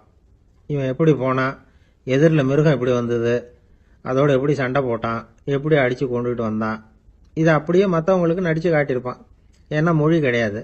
இந்த காலத்துல எல்லாம் நாடகங்களில் நடிக்கிறவங்கள நடிகர்கள்ங்கிறோம். ஒரு காலத்தில் இவங்களுக்கு என்ன பேர் தெரியுமா? திஸ்பியர்கள் அப்படின்னு பேரான். இதுக்கு காரணம் உண்டு. அதாவது 2000 வருஷத்துக்கு முன்னாடி கிரீஸ் நாட்டில் திசிபியஸ் அப்படின்னு ஒரு ஆள் இருந்தான். அவன் ஒரு பெரிய நாடக கலைஞன். அவன் சில இளைஞர்களை சேர்த்துக்கிட்டான், பயிற்சி கொடுத்தான், நாடக குழுவை உருவாக்கினான். நடிகர்களையும் நாடகத்துக்கு தேவையான பொருள்களையும் ஏற்றிக்கிட்டு போகிறதுக்கு ஒரு வண்டியையும் தயார் பண்ணான். அந்த வண்டியிலேயே அவன் கிரேக்க நாடு பூராவும் சுற்றினான். ஊர் ஊராக நாடகம் போட்டான். ஒரு ஊருக்கு போனதும் அங்கே நாடகம் நடத்த தியேட்டர் இருக்கா அப்படிங்கலாம் பார்க்கறது இல்லை அவன். ஏன்னா அப்போலாம் தியேட்டர்னா என்னென்னு தெரியாது. நாடகம்னா அது ஒரு மூடிய கொட்டைக்குள்ளே தான் நடத்தணுங்கிறது அப்போ யாருக்குமே தோணலை. இந்த வண்டி போகும், அதுவே ஒரு பகுதி அப்படியே ஒரு மேடை மாதிரி விரிச்சிக்கும். அதில் ஏறி நின்றுக்கிட்டு நாடகத்தை நடித்து காட்டுவாங்களாம். மக்கள்லாம் எதிரில் தரையில் உட்காந்து அதை பார்த்துக்கிட்டு இருக்கிறது. உலகத்தின் முதல் நடமாடும் தியேட்டர் இதுதானா. இந்த திசைபிஎஸ் தான் முதலாக உலகத்தில் நாடகம்ங்கிற பொழுதுபோக்கை நடத்தி காட்டினவன் அப்படின்னு சொல்கிறாங்க. அவன் சொந்தமாக நாடகம் எழுதுனா, நடித்தான், நாடகத்தை இயக்கினான். அதனால தான் அவனை first man of the theatre அப்படின்னு சொல்லுவாங்க. அவன் தான் நாடக மேடையின் முன்னோடி. கிரேக்கர் காலத்திலேயே நாடக ஆசிரியர்கள், நடிகர்கள், ரசிகர்கள் இவங்கெல்லாம் உருவாயிட்டாங்களாம். நாடகத்தின் சரித்திரத்தில் இந்த 3 பிரிவும் ரொம்ப முக்கியம். அதாவது கிரேக்க தியேட்டர்கள்லாம் திறந்த வெளி மேடைகள் தான். பெரும்பாலும் மலைச்சரிவுகள், அதுவே படிப்படியாக பண்ணியிருப்பாங்க. கீழே அரைவட்ட வடிவில் மேடை, அதுக்கு ஆர்கெஸ்ட்ரான்னு பேர். பிற்காலத்தில் இதில் உட்காந்து இசைக்குழுவினர் வாய்ச்சதுனால இசைக்குழுவுக்கே ஆர்கெஸ்ட்ராங்கிற பேர் வந்துட்டுது. இப்போ கிரேக்க தியேட்டர்களில் ஒன்று, அதோட காலம் கிமு 340. அதை இன்னமும் பாதுகாத்து வச்சிருக்கிறாங்களாம். எபிடாரஸ் அப்படிங்கிற இடத்துல அது இருக்குதான். இன்னமும் அந்த தியேட்டரை பயன்படுத்திக்கிட்டு வர்றாங்களாம். சிறந்த கிரேக்க நாடகங்கள்லாம் அங்கே நடிக்கிறாங்களாம். ஆரம்ப காலத்திலேயே கட்டணம் கிடையாது. அப்புறம் பின்னாடி தான் நுழைவு கட்டணம்லாம் அப்படியே வந்துட்டு தான். நடிகர்கள் பளபளப்பான ஆடைகள் உடுத்தியிருப்பாங்களாம். இந்த குதிகால் உயர்ந்த காலணிகள் போட்டிருப்பாங்களாம். இதெல்லாம் பழைய குறிப்புகள். பலவிதமான உருவங்களில் மாஸ்க் அப்படின்னு சொல்லப்படுற முகமூடி. அதனால் ஒரே நடிகர் பல வேடங்களில் நடிக்கிறது உண்டான். ஆரம்பத்தில் பெண் நடிகர்கள் கிடையாது, எல்லாம் ஆண் நடிகர்கள் தான். ரோமானியர்கள் தான் முதல் நிரந்தர நாடக மேடையை கட்டினவங்க. அதுதான் முதல் தியேட்டர். கிமு 1048 காலகட்டத்தில் பாம்பிங்கிற நகரத்தில் அதை கட்டியிருக்கிறாங்களாம். கிரேக்க ரோமானிய தியேட்டர்களின் அடிப்படையிலேயே இந்த இத்தாலிய வடிவ அமைப்பாளர்கள் இந்த குதிரை லாட வடிவில் ஒரு ஆடிட்டோரியத்தை உருவாக்கினாங்களாம். இப்படி அதை பற்றி நிறைய தகவல் இருக்குது. 1576 லண்டனில் இந்த வின்ஸ்பர்ரி, அப்புறம் இந்த பில்ட்ஸில், அப்புறம் ஜேம்ஸ் இப்படிங்கிற ஒரு முயற்சியால் தான் இங்கிலாந்தில் முதல் தியேட்டர் உருவாச்சான். அப்படி ஒருத்தர் இருந்தாராம். உலக நாடக மேடையின் வரலாறு இதுதான். அதாவது இப்பெல்லாம் அறிவியல் வளர்ச்சி அதிகமாயிட்டுது. திரைப்படம், தொலைக்காட்சி எல்லாம் வந்தாச்சு. ஒவ்வொரு வீடுமே ஒரு குட்டி தியேட்டர் மாதிரி ஆயிட்டுது. தொலைக்காட்சி முன்னாடி உட்காந்து எழுந்திருக்கவே மனசு வர்றதில்லை. ஒரு அம்மா ஒரு மனோதத்துவ டாக்டரை தேடிட்டு வந்தாங்களாம் இந்த காலத்தில். டாக்டர், எங்கள் வீட்டுக்காரர் எப்போ பார்த்தாலும் டிவி முன்னாடி உட்காந்துக்கிட்டு அதையே வெறிச்சு பார்த்துக்கிட்டு இருக்கிறார், உத்து பார்த்துக்கிட்டு இருக்கார், எனக்கு சந்தேகமாக இருக்குன்னாங்களாம். இது மனக்கோளாறு இல்லைங்க, ஆர்வ கோளாறு.